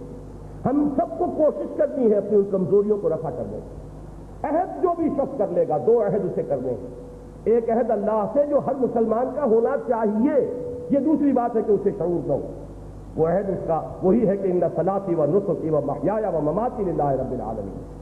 ہم نے اپنے اس بیعت کے فارم میں اس کے الفاظ یہ رکھے ہیں کہ انی واحد اللہ، میں اللہ سے عہد کرتا ہوں، ان اہجر کل ما یکرہہ، کہ ہر اس ہر چیز کو چھوڑ دوں گا جو اللہ کو پسند نہیں ہے، وأجاہد فی سبیلہ جہد استطاعتی، اور اس کی راہ میں جہاد کروں گا جتنی بھی میرے اندر استطاعت ہے، وانفق مالی وابذل نفسی، اور اپنی جان بھی کھپاؤں گا اور جو بھی مالی ذرائع میرے پاس ہیں انہیں بھی بروئے کار لاؤں گا، لإقامت دینہ وإعلاء کلمتہ، اس کے دین کی اقامت کے لیے، اس کے کلمے کی سربلندی کے لیے۔ یہ عہد اللہ کے ساتھ ہے۔ البتہ ایک دوسرا عہد ہے اس داعی کے ساتھ، اگر اس پر دل ٹھک جائے، اطمینان ہو جائے، دماغ میں مطمئن ہو کہ یہ جو راستہ پیش کر رہا ہے، طریقہ کار پیش کر رہا ہے، وہ صحیح ہے، اور دل بھی یہ گواہی دے دے کہ یہ شخص بہوپیا نہیں ہے بلکہ یہ کہ اس کام کے اندر مخلص ہے، اگر دماغ اور دل دونوں یہ گواہی دے دیں، پھر اس کے ہاتھ میں ہاتھ دے، پھر وہ عہد ہے۔ وَلِأَجْلِ ذَلِكَ، اس اللہ کے ساتھ کیے ہوئے عہد کو پورا کرنے کے لیے، أُبَايِعُكَ، میں آپ سے بیعت کر رہا ہوں، آپ سے وعدہ کرتا ہوں، عَلَى السَّمْعِ وَالطَّاعَةِ فِي الْمَعْرُوفِ، کہ آپ کا حکم سنوں گا اور مانوں گا جو بھی صحیح اور شریعت کے دائرے کے اندر ہوگا۔ شریعت کے دائرے سے باہر کوئی حکم جو ہے کسی شخص کا بھی، لا طاعۃ لمخلوق فی معصیۃ الخالق، کوئی کسے باشد۔ ابو بکر کا بھی یہ مقام نہیں تھا کہ ان کا کوئی حکم کتاب و سنت کے منافی واجب التعبیر سمجھا جائے، لہذا کسی اور شخص کا تابع دیگرہ کے رسم۔ حضرت ابو بکر نے بھی اپنے پہلے خطبے میں فرمایا تھا، اگر میں سیدھا رہوں تو تم پر میری اطاعت فرض ہے، اگر میں ٹیڑھا ہوں تو مجھے سیدھا کرنا تمہاری ذمہ داری ہے۔ یہ نظام جماعت ہے، لہذا بیعت سمع و طاعت فی المعروف، البتہ اس کے بعد اس میں کڑی شرطیں ہیں، فی العسر والیسر، چاہے مشکل ہو چاہے آسانی، والمنشط والمکر، چاہے طبیعت آمادہ ہو چاہے ہمیں اپنی طبیعتوں پر جبر کرنا پڑے، وعلی اثرۃ علینا، چاہے ہم پر دوسروں کو ترجیح دے دی جائے، ہم نہیں جھگڑیں گے کہ فلاں کو امیر کیوں بنایا، فلاں کو ذمہ داری کیوں سونپ دی، میرا حق تھا، میں سینئر ہوں۔ یہ دیکھیے کیونکہ یہاں کا نظام ووٹوں پر چلنا نہیں، ایک شخص کے ہاتھ میں ہاتھ دینا ہے، تو ساتھ ہی نبی اکرم صلی اللہ علیہ وسلم نے جب بیعت لی تھی صحابہ کرام سے عقبہ ثانیہ میں، ہجرت سے 1 سال قبل، اس میں یہ تمام چیزیں ان لوگوں سے طے کروا لی، یہ اختیار میرا ہوگا، جس کو چاہوں امیر بناؤں، اور جس کو میں امیر بنا دوں گا اس کی بھی اطاعت تمہیں کرنی پڑے گی، وہی سمع و طاعت فی المعروف، وعلی لا ننازع الامر اہلہ، ہم جھگڑیں گے نہیں اصحاب امر سے، جو بھی والی امر ہوں گے جنہیں آپ مقرر کریں گے ان سے جھگڑیں گے نہیں، ان کی بھی اطاعت کریں گے۔ البتہ یہ اندھے بہرے نہیں بنیں گے، گونگے نہیں بنیں گے، وعلی ان نقول بالحق انما كنا لا نخاف فی اللہ لومۃ لائم، حق بات کہیں گے ضرور، جہاں بھی ہوں گے مشورہ دیں گے، اگرچہ اس نظم جماعت میں مشورہ دینے کے بعد ایک شخص فارغ ہو جاتا ہے اپنی ذمہ داری سے، اس کے بعد فیصلے جو ہے کاؤنٹنگ آف ووٹ سے نہیں ہوتے۔ یہ نظام ہے جو ہم نے سمجھا ہے سیرت سے، حدیث سے، اور یہی نظام در حقیقت کسی انقلابی جماعت کے لیے ناگزیر ہے۔ وہ گنتی کے ساتھ فیصلے ہونے والی جماعتیں، وہ ڈھیلی ڈالی جماعتیں ہوتی ہیں۔ میں آپ کے علم میں ہوگا کہ سیاسی جماعتیں بھی جب کوئی تحریک چلاتی ہیں، اگرچہ ان کا نظام جو ہے ووٹوں پر بنتا ہو اور گنتی سے چلتا ہو، لیکن جب وہ کوئی تحریک چلاتی ہیں تو اس پورے نظام کو ساقط کر کے پھر ڈکٹیٹرز مقرر کیے جاتے ہیں۔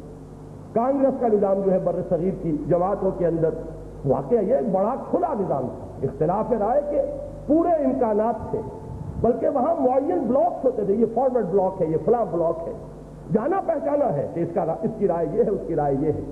لیکن جب تحریک چلائی گئی، کوئی انڈیا موومنٹ ہو یا کوئی اور موومنٹ ہو، تو اس کے بعد ڈکٹیٹرز مقرر ہوتے تھے۔ اب یہاں وہ وقت نہیں ہے کالا عقول کا، اور یہاں پر وہ فارمیلٹیز جو ہے مشوروں کی اور گنتی کر کے رائے بنانے کی، اب اس کا وقت نہیں ہے. یہ کرتے رہیں گے تو بس نکل جائے گی، یو ول مس دی بس. اس لیے کہ وہ انقلابی پروسیس کے اندر وہ مرحلہ جب آتا ہے، اگر آپ نے اس مرحلے کو مس کر دیا تو پھر وہ مرحلہ لوٹ کر نہیں آیا کرتا. یہ در حقیقت کسی بھی انقلابی تنظیم کے لیے یہی ہے جائیں جاس، یہی نظام تنظیم جو ہے، یہی نظم جماعت جو ہے وہ صحیح ہے جو محمد الرسول اللہ صلی اللہ علیہ وسلم نے اختیار فرمایا. ہم نے اس بنیاد پر یہ تنظیم قائم کی. البتہ اب اس میں جہاد کے مراحل جو ہیں وہ بھی میں 3 جو مرحلے ہیں اس کے، وہ بھی حدیث نبوی کی روح سے آپ کے سامنے رکھ دوں گا. اور اصل میں یہی وہ بات ہے جس میں میں نے جو عرض کیا تھا کہ عرض کروں گا کہ طلبہ کی علیحدہ تنظیم بنانے میں جو ایک خدشہ اور اندیشہ ہے، اسی کو سامنے رکھتے ہوئے ہم نے تنظیم اسلامی جو طلبہ کا حلقہ ہے اپنے نظم کے تحت رکھا. اسے اپنی ہی ایک ذیلی تنظیم سمجھ لیجئے، ذیلی حلقہ سمجھ لیجئے، اسے انڈیپینڈنٹ تنظیم نہیں بنایا. وہ کیا ہے؟ حدیث شریف یہ ہے، مسلم شریف کی روایت ہے حضرت عبداللہ ابن مسعود رضی اللہ تعالی عنہ سے.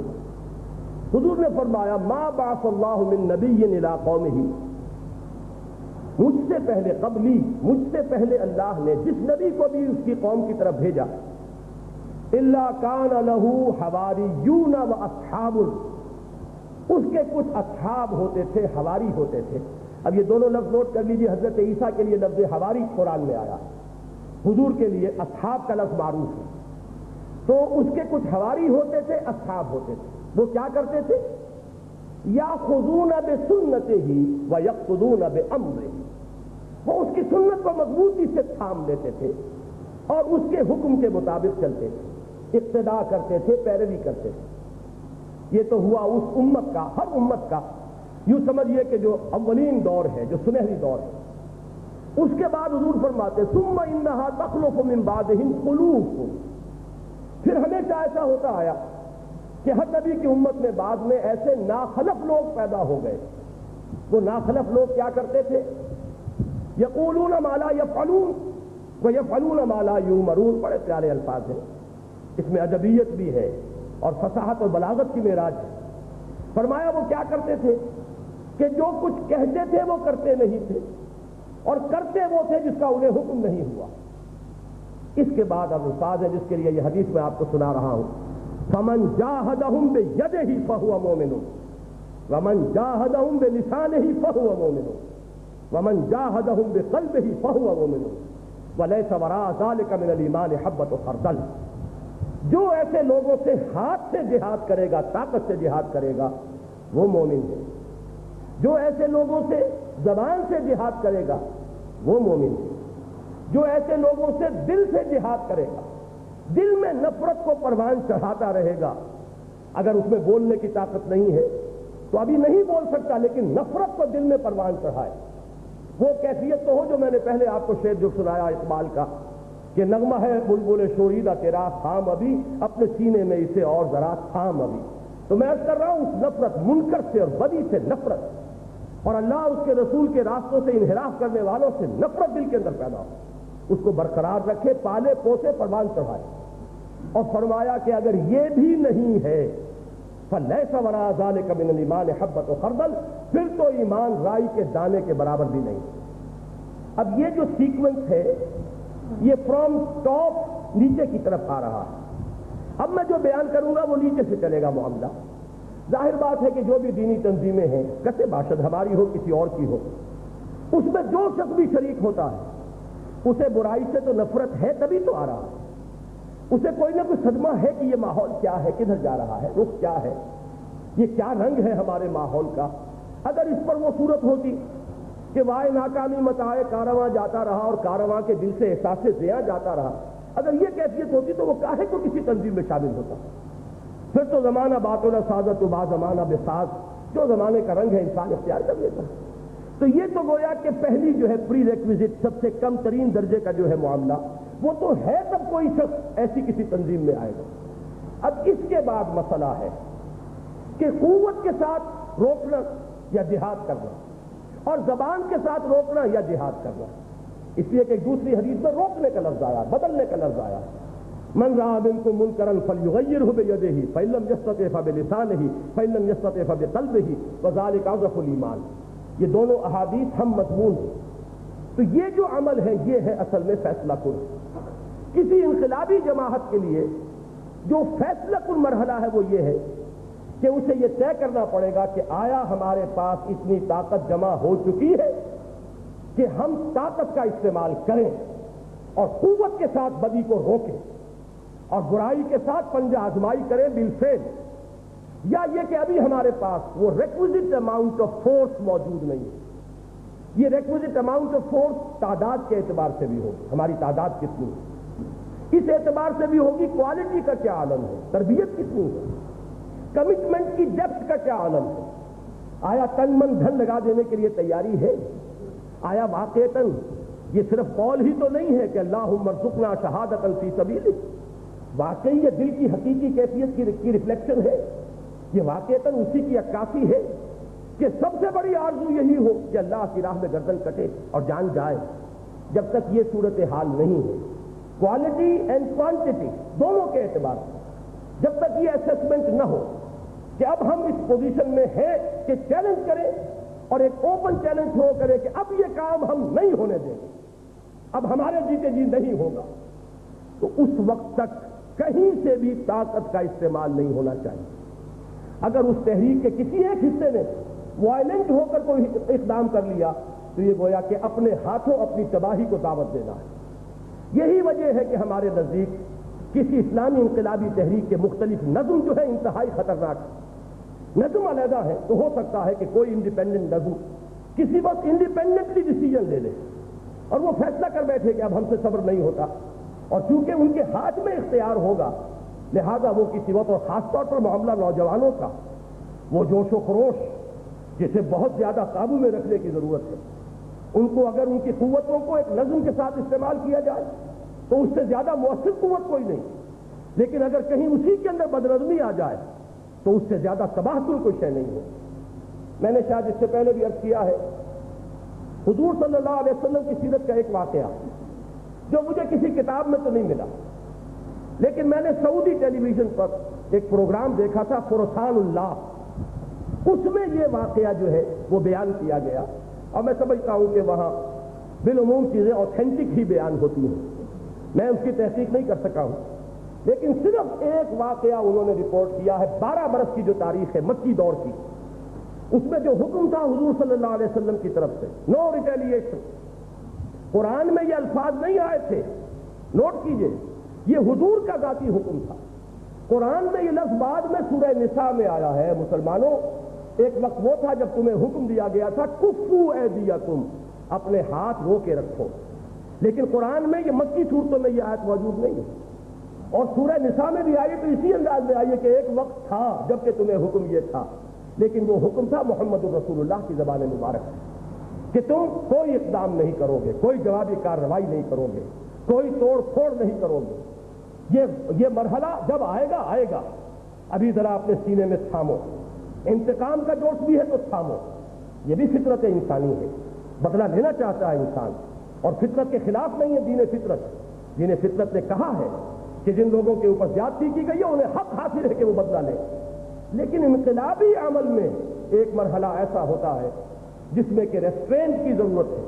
اگر اس مرحلے پر وائلنٹ ہو جائے گی وہ تحریک تو اگرچہ کیونکہ ابھی اس کی طاقت بہت کم ہے لہذا اخلاقی جواز مل جائے گا جو بھی اس وقت معاشرہ ہے اور اس نظام کو ڈیفینڈ کرنے والی جو بھی سیاسی قوت ہے. ظاہر بات ہے کہ وہ ریفلیکٹ کرتی ہے اسی پاور سٹرکچر کو کہ جو اس معاشرے میں موجود ہے, اور وہ اپنے اس پاور سٹرکچر کو ڈیفینڈ کرنا چاہے گی کہ نظام کہنا کے پاس مانو یہ معرض انقلاب میں ہے. انہیں اخلاقی جواز حاصل ہو جائے گا کہ یہ تو دہشت پسند ہے, یہ ٹیررسٹ ہیں, یہ تخریب کار ہیں, یہ قانون کو توڑنے والے ہیں, ان کو کچلنے کا اخلاقی جواز مل جائے گا. لیکن جب طاقت اتنی ہو جائے کہ اب آپ واقعتاً اوپنلی چیلنج تھرو کریں, پھر یہ ہے کہ کھلم کھلا مقابلہ ہوگا. پھر یہ کہ اس میں کسی اخفاء کی بھی ضرورت نہیں ہے, بلکہ فمبز علیہم علی سوا کا حکم دیا گیا, علی اعلان, ڈنکے کی چوٹ کہو کہ اب ہمارا یہ اقدام کا مرحلہ ہے. لیکن اس سے پہلے اگر کہیں وہ تنظیم جو ہے ایسی ڈھیلی ڈھالی ہو کہ یہ صورت پیدا ہو جائے کہ جو اصل قیادت ہے اس کے نزدیک تو ابھی وقت نہیں آیا, لیکن وہ نوجوان عنصر جو ہے وہ اپنے آپ کو تھام نہیں پا رہا اور وہ وائلنٹ ہو رہا ہے, تو گویا کہ وہ تحریک ایک طرح کی خودکشی کر رہی ہوگی اس وقت۔ اس بات کی ضرورت ہے کہ وہ پوری کی پوری تحریک ایک کل کی حیثیت سے، ایک آرگینک ہول کی حیثیت سے فیصلہ کرے، اور جب فیصلہ کرے تو پھر پوری تحریک کی طرف سے وہ اقدام کرے۔ یہی معاملہ ہوا سیرت النبی میں علیہ صاحب الصلاۃ والسلام کہ جب وہ حکم اذن آ گیا اذن للذین یقاتلون بانہم ظلموا وان اللہ علی نصرہم لقدیر، تو وہ جو فائنل فیز تھا وہ شروع ہو گیا۔ اس کے بعد جو ہے وہ آرم کانفلکٹ بھی ہوا، مسلح تصادم بھی ہوا۔ آج کے دور میں یہی فیصلہ کن بات ہوگی۔ مسلح تصادم ظاہر بات ہے کہ یہاں اب تقریباً محال کے درجے میں آ چکا ہے۔ آج کا نظام حکومت آپ کو معلوم ہے، اس کی بنا پر حکومت کے پاس بے پناہ قوت ہوتی ہے، عوام نہتے ہوتے ہیں، لیکن ان نہتے عوام کے اندر بھی ایک طاقت ہے کہ وہ بغیر کوئی گولی چلائے، بغیر قانون شکنی کیے ہوئے، بغیر توڑ پھوڑ کیے ہوئے اپنے ریزالو سے لفظ ریزولوشن بنائے۔ جب ایک ریزولوشن ہو، جب ریزالو کر لیا جائے اور اپنی اسی ریزولوشن کو، اپنے اسی ریزالو کو ڈیمانسٹریٹ کیا جائے، منظم طریقے پر میدان میں آ جایا جائے اور اوپن چیلنج چھوڑ کیا جائے کہ یہ منکر اب ہم نہیں ہونے دیں گے، ہمارے جیتے جی نہیں ہوگا تو ہماری لاشوں پر ہوگا، اور یہ فیصلہ ہو پھر خوب سوچ سمجھ کر۔ یہ فیصلہ ظاہر بات ہے کہ نوجوانوں کے ہاتھ میں نہیں لیا جا سکتا، یہ فیصلہ انہی لوگوں کے ہاتھ میں ہونا چاہیے کہ جن کے اندر تدبر ہو، جو غور و فکر کر سکتے ہو، جن میں تحمل ہو، جو تمام پہلوؤں پر نگاہ رکھتے ہو۔ میں یہ بھی عرض کر دوں کہ اس میں بھی غلطی کا امکان ہے، کوئی انسان اب معصوم نہیں ہے۔ سابقہ بعض تحریکوں سے غلطیاں ہوئی ہیں اور وہ ان گڈ فیتھ ہوئی ہیں، نیک نیتی سے ہوئی ہیں، قبل از وقت اقدام کا مرحلہ آ گیا ہے۔ وہاں پر یہ ہے کہ دنیا میں ناکامی ہو گئی، لیکن یہ کہ ان کی اخروی اجر و ثواب کے اندر ہرگز کسی شک و شبے کی گنجائش نہیں ہے۔ لیکن یہ کہ اس میں امکانی حد تک کوشش یہ کرنی ہے کہ اس کا فیصلہ پورے ٹھنڈے ماحول میں اور وہ لوگ کر سکے کہ جن کے اندر تحمل ہو اور تدبر ہو، اور پوری تحریک جو ہے وہ ایک بنیان مرصوص بلکہ ایک جسد واحد کے مانند ان کے حکم کو اوبے کر رہی ہے کہ جب حکم ہو کہ آگے بڑھو تو وہ بڑھے، اور جب حکم ملے کہ رک جاؤ تو رک جائے۔ اگر یہ شکل نہ ہو تو پھر وہ منظم جماعت نہیں ہے، پھر وہ موب ہے، وہ ایک ہجوم ہے۔ ہجوم میں سے ہر حصہ جو ہے وہ اپنی مرضی کرتا ہے۔ وہ بات ہوتی ہے کہ منچے میں گویا وہ تمبورا منچے میں سرایا، ہمارا کوئی ایک فیصلہ ہے اور ہمارے ساتھی جو ہے وہ کسی اور رخ کے اوپر بڑھے چلے جا رہے ہیں۔ اس سے کیوس ہوتا ہے، بدنظمی ہوتی ہے، نقصان ہوگا، نتیجہ نہیں نکلے۔ لہذا یہ ہے وہ عمل جو ہمارے سامنے ہے، اور اس کو بھی میں سمجھتا ہوں کہ نوجوان طالب علم وہ بھی اپنے اوپر اس کے ضمن میں وہی ذمہ داری کا بوجھ رکھتے ہیں اپنے کاندھوں پر جو کسی بھی مسلمان پر۔ لہذا ایک ایسی تنظیم میں ان کی شمولیت یہ تو ہے لازمی، البتہ اب یہ تنظیم کا ڈسپلن ہے، اس کا نظم ہے، یہ طے کرے گا کہ کس شخص میں کس کام کی صلاحیت ہے، اس میں پرائرٹیز کے اعتبار سے ایلوکیشن کی جائے گی کہ تم اس کام کے اندر لگو، تم اس کام میں لگو۔ اور میں جیسا کہ بارہا میں نے عرض کیا ہے، میرے ساتھیوں کے علم میں ہے، اجر و ثواب کے اعتبار سے ہو سکتا ہے کہ جو شخص کھڑا ہوا اسٹیج پر تقریر کر رہا ہو، اس سے کہیں زیادہ وہ شخص اجر و ثواب اللہ کے ہاں لے جائے جس نے دری بچھائی یا جس نے پوسٹر لگائے، اس لیے کہ اخروی اجر و ثواب کا معاملہ خلوص و اخلاص پر، اور وہ شخص جو کھڑا تقریر کر رہا ہے وہ زیادہ خطرے میں ہے، he is running a high risk کہ شیطان اس کے دل میں کوئی وسوسے پیدا کر دے، اپنی اس کے اندر امپورٹنس کا احساس پیدا ہو جائے، تکبر پیدا ہو جائے، عجب پیدا ہو جائے، جس کے بارے میں کہا گیا ہے ہی اشدہن ثلاث مہلکات و ثلاث منجیات، تین چیزیں نجات دلانے والی ہے، تین چیزیں ہلاک کر دینے والی ہے۔ ہلاک کرنے والی چیزیں کیا ہے؟ صحابہ متبع وشح المطاع واعجاب المرء بنفسہ وہی اشدہن، وہ ہوائے نفس جس کا اتباع کیا جائے، وہ جی کا لالچ، بخل جس کی پیروی کی جائے، اور اپنے آپ کو کچھ سمجھنا۔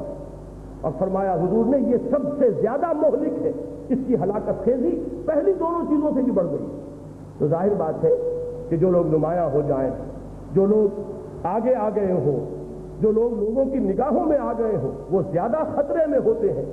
بنسبت ان کے کہ جو پیچھے رہ کر کام کر رہے ہیں، جو لوگوں کی نگاہوں میں نہیں آئے. تو اجر و ثواب کے اعتبار سے میں نے عرض کیا کہ ممکن ہے کہ وہ بہت آگے چلے جائیں، لیکن ایک تحریک ایک مشین کے مانند ہوتی ہے. اس کا چھوٹے سے چھوٹا پرزہ بھی بڑا اہم ہے. بڑا پرزہ ہو سکتا ہے کہ وہ اتنا اہم نہ ہو جتنا کوئی چھوٹا پرزہ اہم، لیکن تمام پرزے مل کر در حقیقت کسی مقصد کو پورا کرتے ہیں. تو ایک انقلابی جماعت ایک مشین کے مانند ہے. اس میں یہ تمام پرزے ہوں گے، اس میں ایلوکیشن ہوں گی ڈیوٹیز کی، اس میں پرائرٹیز کے اعتبار سے جو بھی اپنے پاس متاع ہے، جو ہیومن پوٹینشل ہے، جو بھی جمع ہوا ہے، اس کو مختلف کاموں پہ لگانا ہوگا. اس کے لیے بھی بڑے گہرے تدبر کی ضرورت ہے، تحمل کی ضرورت ہے. بہرحال آج میں نے آپ حضرات کے سامنے تقریباً وہ پورا کا پورا نظریہ اور پورا کا پورا فلسفہ دوبارہ سامنے رکھ دیا ہے.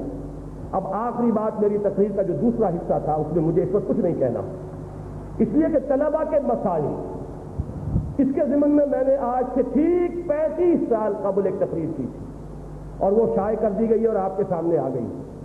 یہ تقریر میں نے اس وقت کی تھی جب میں اسلامی جمعیت طلباء میں تھا.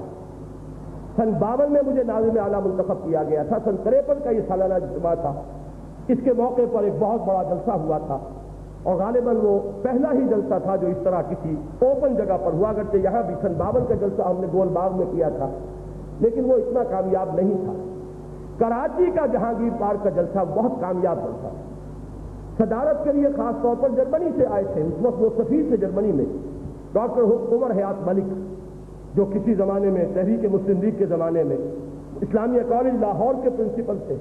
اور واقعہ یہ کہ تحریک پاکستان میں ان کی رہنمائی میں نوجوان طلباء نے بڑا فیصلہ کن رول پلے کیا تھا. پھر وہ رہے تھے وائس چانسلر پشاور یونیورسٹی. ان کی زیر صدارت میں نے 1 گھنٹے 40 منٹ کی تقریر کی تھی، طلباء کے مسائل اور ان کا حل. میں یہ عرض کر دوں اس زمانے میں آپ کو یاد ہوگا سن 53 کے اعتبار سے ہماری تاریخ میں، پاکستان کی تاریخ میں بہت اہمیت کا حامل ہے کہ ایک تو اس میں پہلی ختم نبوت تحریک وہ لاہور سے اٹھی تھی. اس کا جوش و خروش اور اس سے پھر جو ہنگامے ہوئے اور اسے کچھ سیاستدانوں نے جو غلط رخ پر ڈال دیا اور انہوں نے اپنی پالیٹکس کے اندر اس کو استعمال کیا، اس کے بڑے تباہ کن نتائج نکلے. اور اس ملک کی گاڑی، سیاسی گاڑی دستور کی پٹری سے اس وقت جو اتری ہے تو آج تک بھی ابھی وہ اس دستور کی پٹری پر دوبارہ آ نہیں پائی. وہ انتہائی اس اعتبار سے، نتیجے کے اعتبار سے پاکستان کی تاریخ میں بہت مؤثر تحریک. اور دوسری تحریک کراچی سے اٹھی تھی، یہ طلباء کی تحریک تھی. کمیونسٹ عنصر وہاں پر ایک اتنا مضبوط ہو گیا تھا اس وقت. انہوں نے الیکشن کے اندر حصہ لیا، تقریباً تمام کالجز میں انہوں نے یونینز پر قبضہ کر لیا. پھر انٹر کالجیٹ باڈی بنائی اور اسٹوڈنٹ کاز کا ایک تصور دے کر طلباء کے مسائل، طلباء کا مسئلہ، طلباء کا مسئلہ. اب شکایتیں تو ہوتی ہیں، ہر وقت ہوتی ہیں. ان شکایتوں کی بارود کو DSI دکھا دی جائے، ایکسپوژر ہو جائے گا. ہماری جماعت اس وقت اسلامی جمعیت طلبہ ابھی ابتدائی سٹیجز میں تھی. نہ ہمارے پاس وہ اتنے وسائل تھے، یہ سفر اور آمد و رفت اس کے لیے بھی جو خرچہ درکار ہے وہ بھی ابھی ہمارے پاس نہیں تھا. تو میں یہاں سے ایفیکٹو کنٹرول نہیں کر پایا. کراچی میں جو ہمارے ساتھی تھے اس وقت کی جو وہاں کی قیادت تھی اس نے غلطی کی، میرے نقطہ نگاہ سے غلطی ہے. اور وہ غلطی یہ کی کہ وہ خود اس اسٹوڈنٹ کاز کے چیمپئن بن کر سامنے آ گئے کہ ہم اس مسئلے کو اٹھا لیں تاکہ یہ کمیونسٹ قیادت جو ہے یہ پیچھے رہ جائے. یہ غلطی کسی بھی وقت ہو سکتی ہے کسی بھی تنظیم سے، لیکن واقعہ یہ ہے کہ اسی وقت میں نے محسوس کر لیا تھا کہ یہ کام وہ ہو رہا ہے جسے فارسی میں کہا گیا ہے کہ کارے خود کن کارے بیگانہ مکن برزمین دیگرے خانہ مکن. ان مسائل کو اٹھا کر اگر ان کے چیمپئن بن کر ہم کھڑے ہو جائیں گے تو کام ہمارا نہیں ہوگا، ہمارے دشمنوں کا ہوگا. اس لیے کہ جب وہ بھٹی دہکے گی تو اس کی قیادت ان کے پاس چلی جائے گی. ان کے کوئی اخلاقی اسکرپلز نہیں ہے، کوئی اصول نہیں ہے. وہ کسی وقت خود اپنے کسی طالب علم کو ہلاک کر دیں گے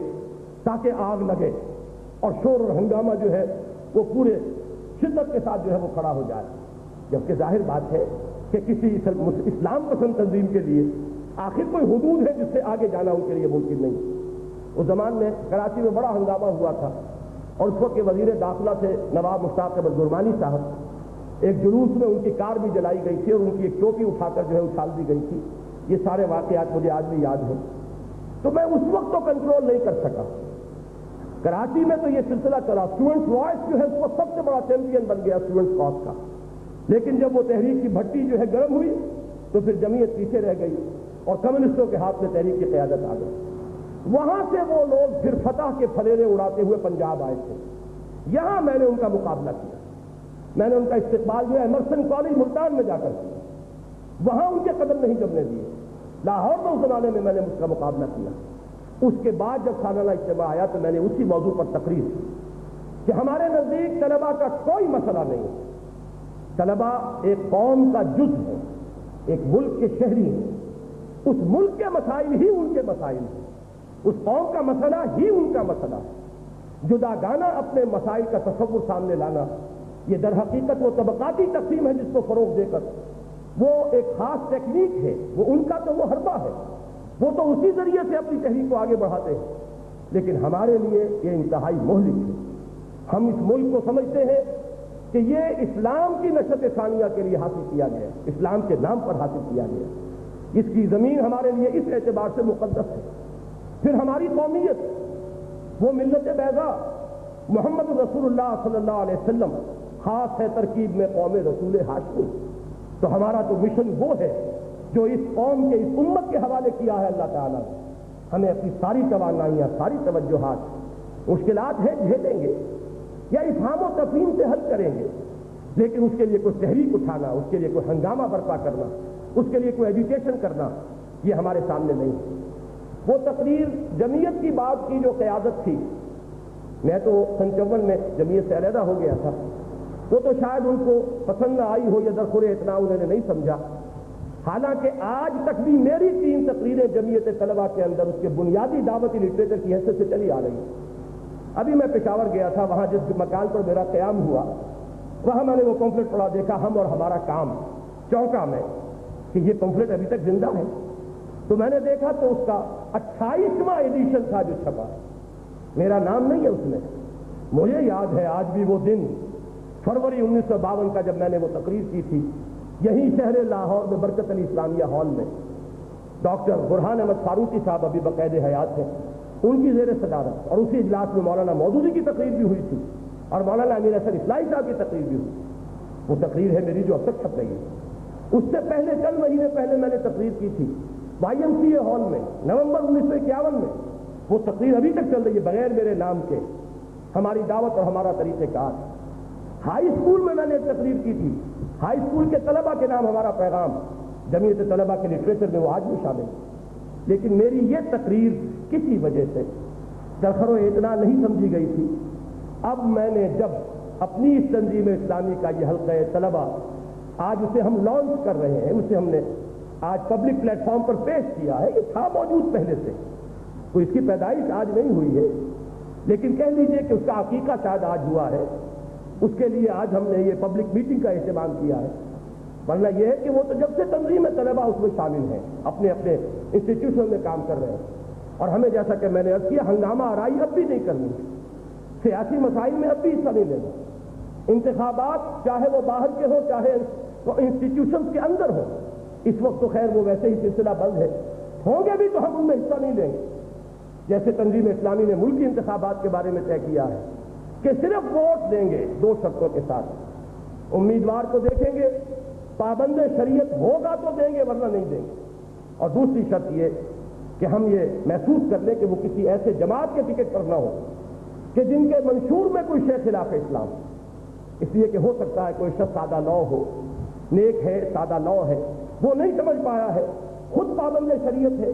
لیکن یہ کہ کسی ایسی جماعت کے ساتھ منسلک ہو گیا جس کے دستور میں کچھ ہے, منشور میں کچھ ہے خلاف اسلام,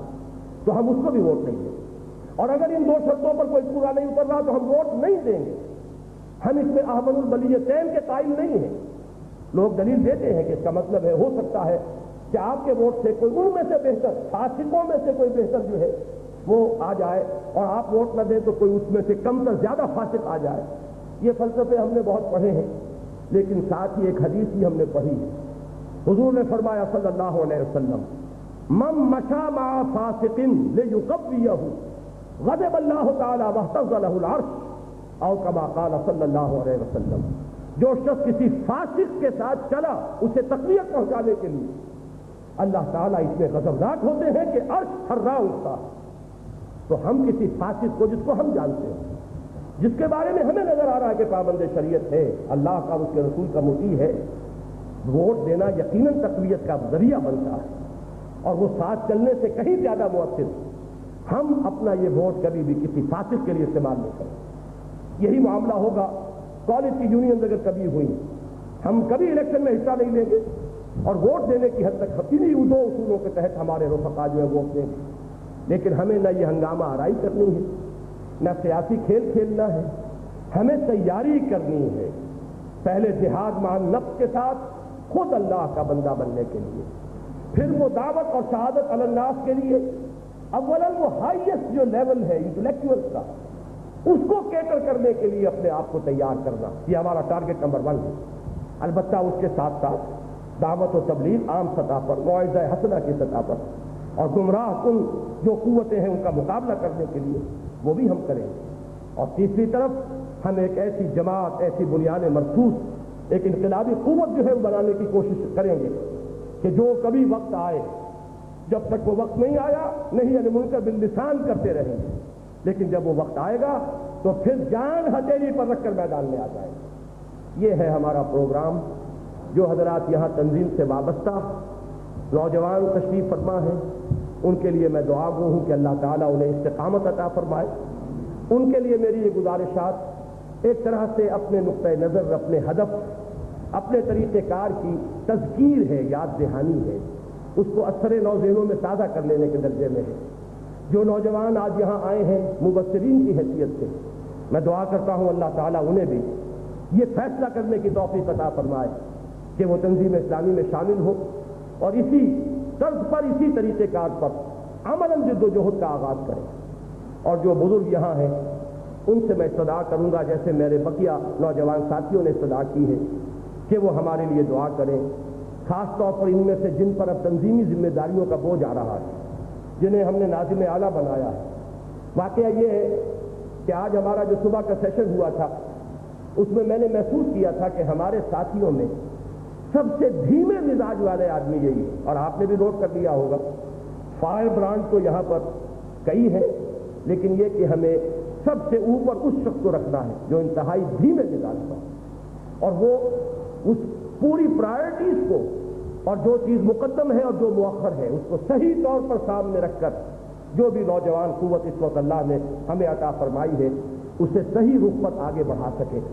تو یہ جو حضرات آپ کے سامنے آئے، ان میں سے بہتوں کے لیے شاید پہلا ہی موقع ہوا ہو کسی اس طرح کے اسٹیج پر سامنے آنے کا. بہرحال ان کے لیے خصوصی دعا کیجیے، اور باقی جتنے بھی لوگ تنظیم میں شامل ہیں، نوجوان طلبہ، ان کے لیے بالعموم دعا کریں. اللہ تعالیٰ ان کے علم میں اضافہ کرے، فہم دین میں اضافہ کرے، ان کے عزائم، ان کے ارادوں کے اندر پختگی عطا فرمائے، استقامت عطا فرمائے. میں سمجھتا ہوں کہ اب پروگرام کا یہ شکلی چونکہ آخری تھی، صرف یہ اطلاع نوٹ کر لیجیے، جیسا کہ قرآن کانفرنس میں ہوتا رہا ہمیشہ، آج اس طلبہ کے اس اجتماع میں بھی وہی ہوگا کہ یہاں ہم فارغ ہوں گے، نیچے باجماعت نماز عشاء ادا کریں گے، اس لیے کہ اور تو کہیں اب آپ کو جماعت کے ملنے کا کوئی امکان نہیں ہے. تو ہم تاکہ جماعت جو ہے فوت نہ ہو جائے، ہم یہیں پر اہتمام کر لیا کرتے ہیں. نماز باجماعت میں شرکت کے بعد آپ حضرات جو ہے رخصت ہو. باقی اس سے پہلے ہم دعا کر لیتے ہیں. کوئی اور اعلان ہو تو بتائیے. ہاں، یہاں آپ کی خدمت میں ہدیتاً ایک لفافہ پیش کیا جائے گا. اس میں میری وہ تقریر بھی ہے طلبہ کے مسائل اور ان کا حل، 35 سال پہلے کی بات. اگرچہ وہ پوری تقریر نہیں ہے، یہ پھر میں نے نوٹ سے مختصر خلاصہ مرتب کر کے سن 67 میں شائع کیا تھا میثاق میں، اور اب وہاں سے لے کر اسے ہم نے کتابچے کی شکل میں شائع کیا ہے. ایک میری تقریر حال ہی میں ہوئی تھی طلبہ کے ایک اجتماع میں، حب رسول کے تقاضے صلی اللہ علیہ وسلم. یہ 2 کتابچے اور طلبہ تنظیم اسلامی کا ایک منشور ہے مختصر سا، یہ 3 چیزیں ایک لفافے میں رکھی ہوئی آپ کی خدمت میں ہدیتاً پیش ہوں گی. ان کا مطالعہ کیجیے اور اب آخر میں دعا مانگ لیجیے. الحمدللہ الذی ہدانا لہذا وما کنا لنہتدی لولا ان ہدانا اللہ. اس اللہ کا شکر ہے جس نے ہمیں ہدایت عطا فرمائی، اور ہم ہرگز ہدایت حاصل نہ کر سکتے اگر اللہ ہی ہمیں ہدایت نہ دیتا. ربنا لا تزغ قلوبنا بعد إذ هديتنا وهب لنا من لدنك رحمة إنك أنت الوهاب۔ پروردگار جب تو نے ہمیں ہدایت عطا فرمائی ہے تو اے رب اب ہمارے دلوں کو کجی میں نہ ڈالیو اور ہمیں اپنے خزانہ فضل سے رحمت عطا فرما، یقیناً تو ہی عطا فرمانے والا ہے۔ اللہم رب زدنا ایمانا وہدا وعلما نافعا وعملا صالحا متقبلا۔ پروردگار ہمارے ایمان میں اضافہ فرما، ہمیں علم صحیح عطا فرما، ہمیں عمل صالح جو تیری جناب میں شرف قبولیت حاصل کر سکے وہ عطا فرما۔ اللہم وفقنا لما تحب وترضى، اے اللہ ہمیں ہر اس کام کی توفیق عطا فرما جس سے تو راضی ہوتا ہے، جو تجھے پسند ہے۔ اللہم وفقنا ان نجاہد فی سبیلک باموالنا وانفسنا، پروردگار ہمیں ہمت عطا فرما کہ تیری راہ میں جہاد کریں، تیرے دین کے غلبے کے لیے جد و جہد کریں، اس میں اپنی جانیں بھی نثار کریں، اپنے مال بھی کھپائیں۔ اللہم ارزقنا شہادۃ فی سبیلک، اے اللہ ہمیں شہادت کی موت نصیب فرما۔ اللہم اغفر لنا ولاخواننا الذین سبقونا بالایمان، پروردگار ہماری بھی مغفرت فرما اور ہمارے تمام ان صاحب ایمان بھائیوں کی مغفرت فرما جو ہم سے پہلے ایمان میں سبقت کر گئے، جو ہم سے پہلے دنیا سے گزر چکے ہیں۔ ولا تجعل فی قلوبنا غلا للذین آمنوا، اور پروردگار ہمارے دلوں میں کسی بھی صاحب ایمان کے لیے کوئی کدورت، کوئی نفرت، کوئی میل پیدا نہ ہونے دے۔ رب اغفر وارحم وانت خیر الراحمین، رب اغفر وارحم وانت خیر الراحمین۔ اللہم انصر من نصر دین محمد من کان وحیث کان، پروردگار اپنے ہر اس بندے کی مدد فرما جو تیرے نبی کے دین کی خدمت کر رہا ہو، خواہ وہ کوئی بھی ہو، کہیں بھی ہو۔ واجعلنا منہم، اے اللہ ہمیں بھی ان میں شامل ہونے کی توفیق عطا فرما۔ واخذل من اعرض عن دین محمد صلی اللہ علیہ وسلم من کانوا وحیث کانوا، پروردگار ہر اس شخص کو ذلیل و خوار کر دے جو تیرے نبی کے دین سے روگردانی کر رہے ہوں، کوئی بھی ہو، کہیں بھی ہو۔ ولا تجعلنا معهم، اور اے رب ہم کہیں دھوکے سے ایسے لوگوں کے پھندے میں نہ پھنس جائیں۔ ربنا تقبل منا انك انت السميع العليم وتب علينا انك انت التواب الرحيم، وصلى الله تعالى على خير خلقه محمد وآله واصحابه اجمعين برحمتك يا ارحم الراحمين۔ آن کریں اور یہ اطلاع ملی ہے کہ یہاں پانی کا نیچے انتظام نہیں، جن حضرات کا وضو ہے وہ نیچے نماز ادا کریں گے، باقی حضرات کے ساتھ والی سڑک پہ ایک مسجد ہے وہاں چلے جائیں اور وہیں وضو کر کے نماز ادا کریں۔ شکریہ۔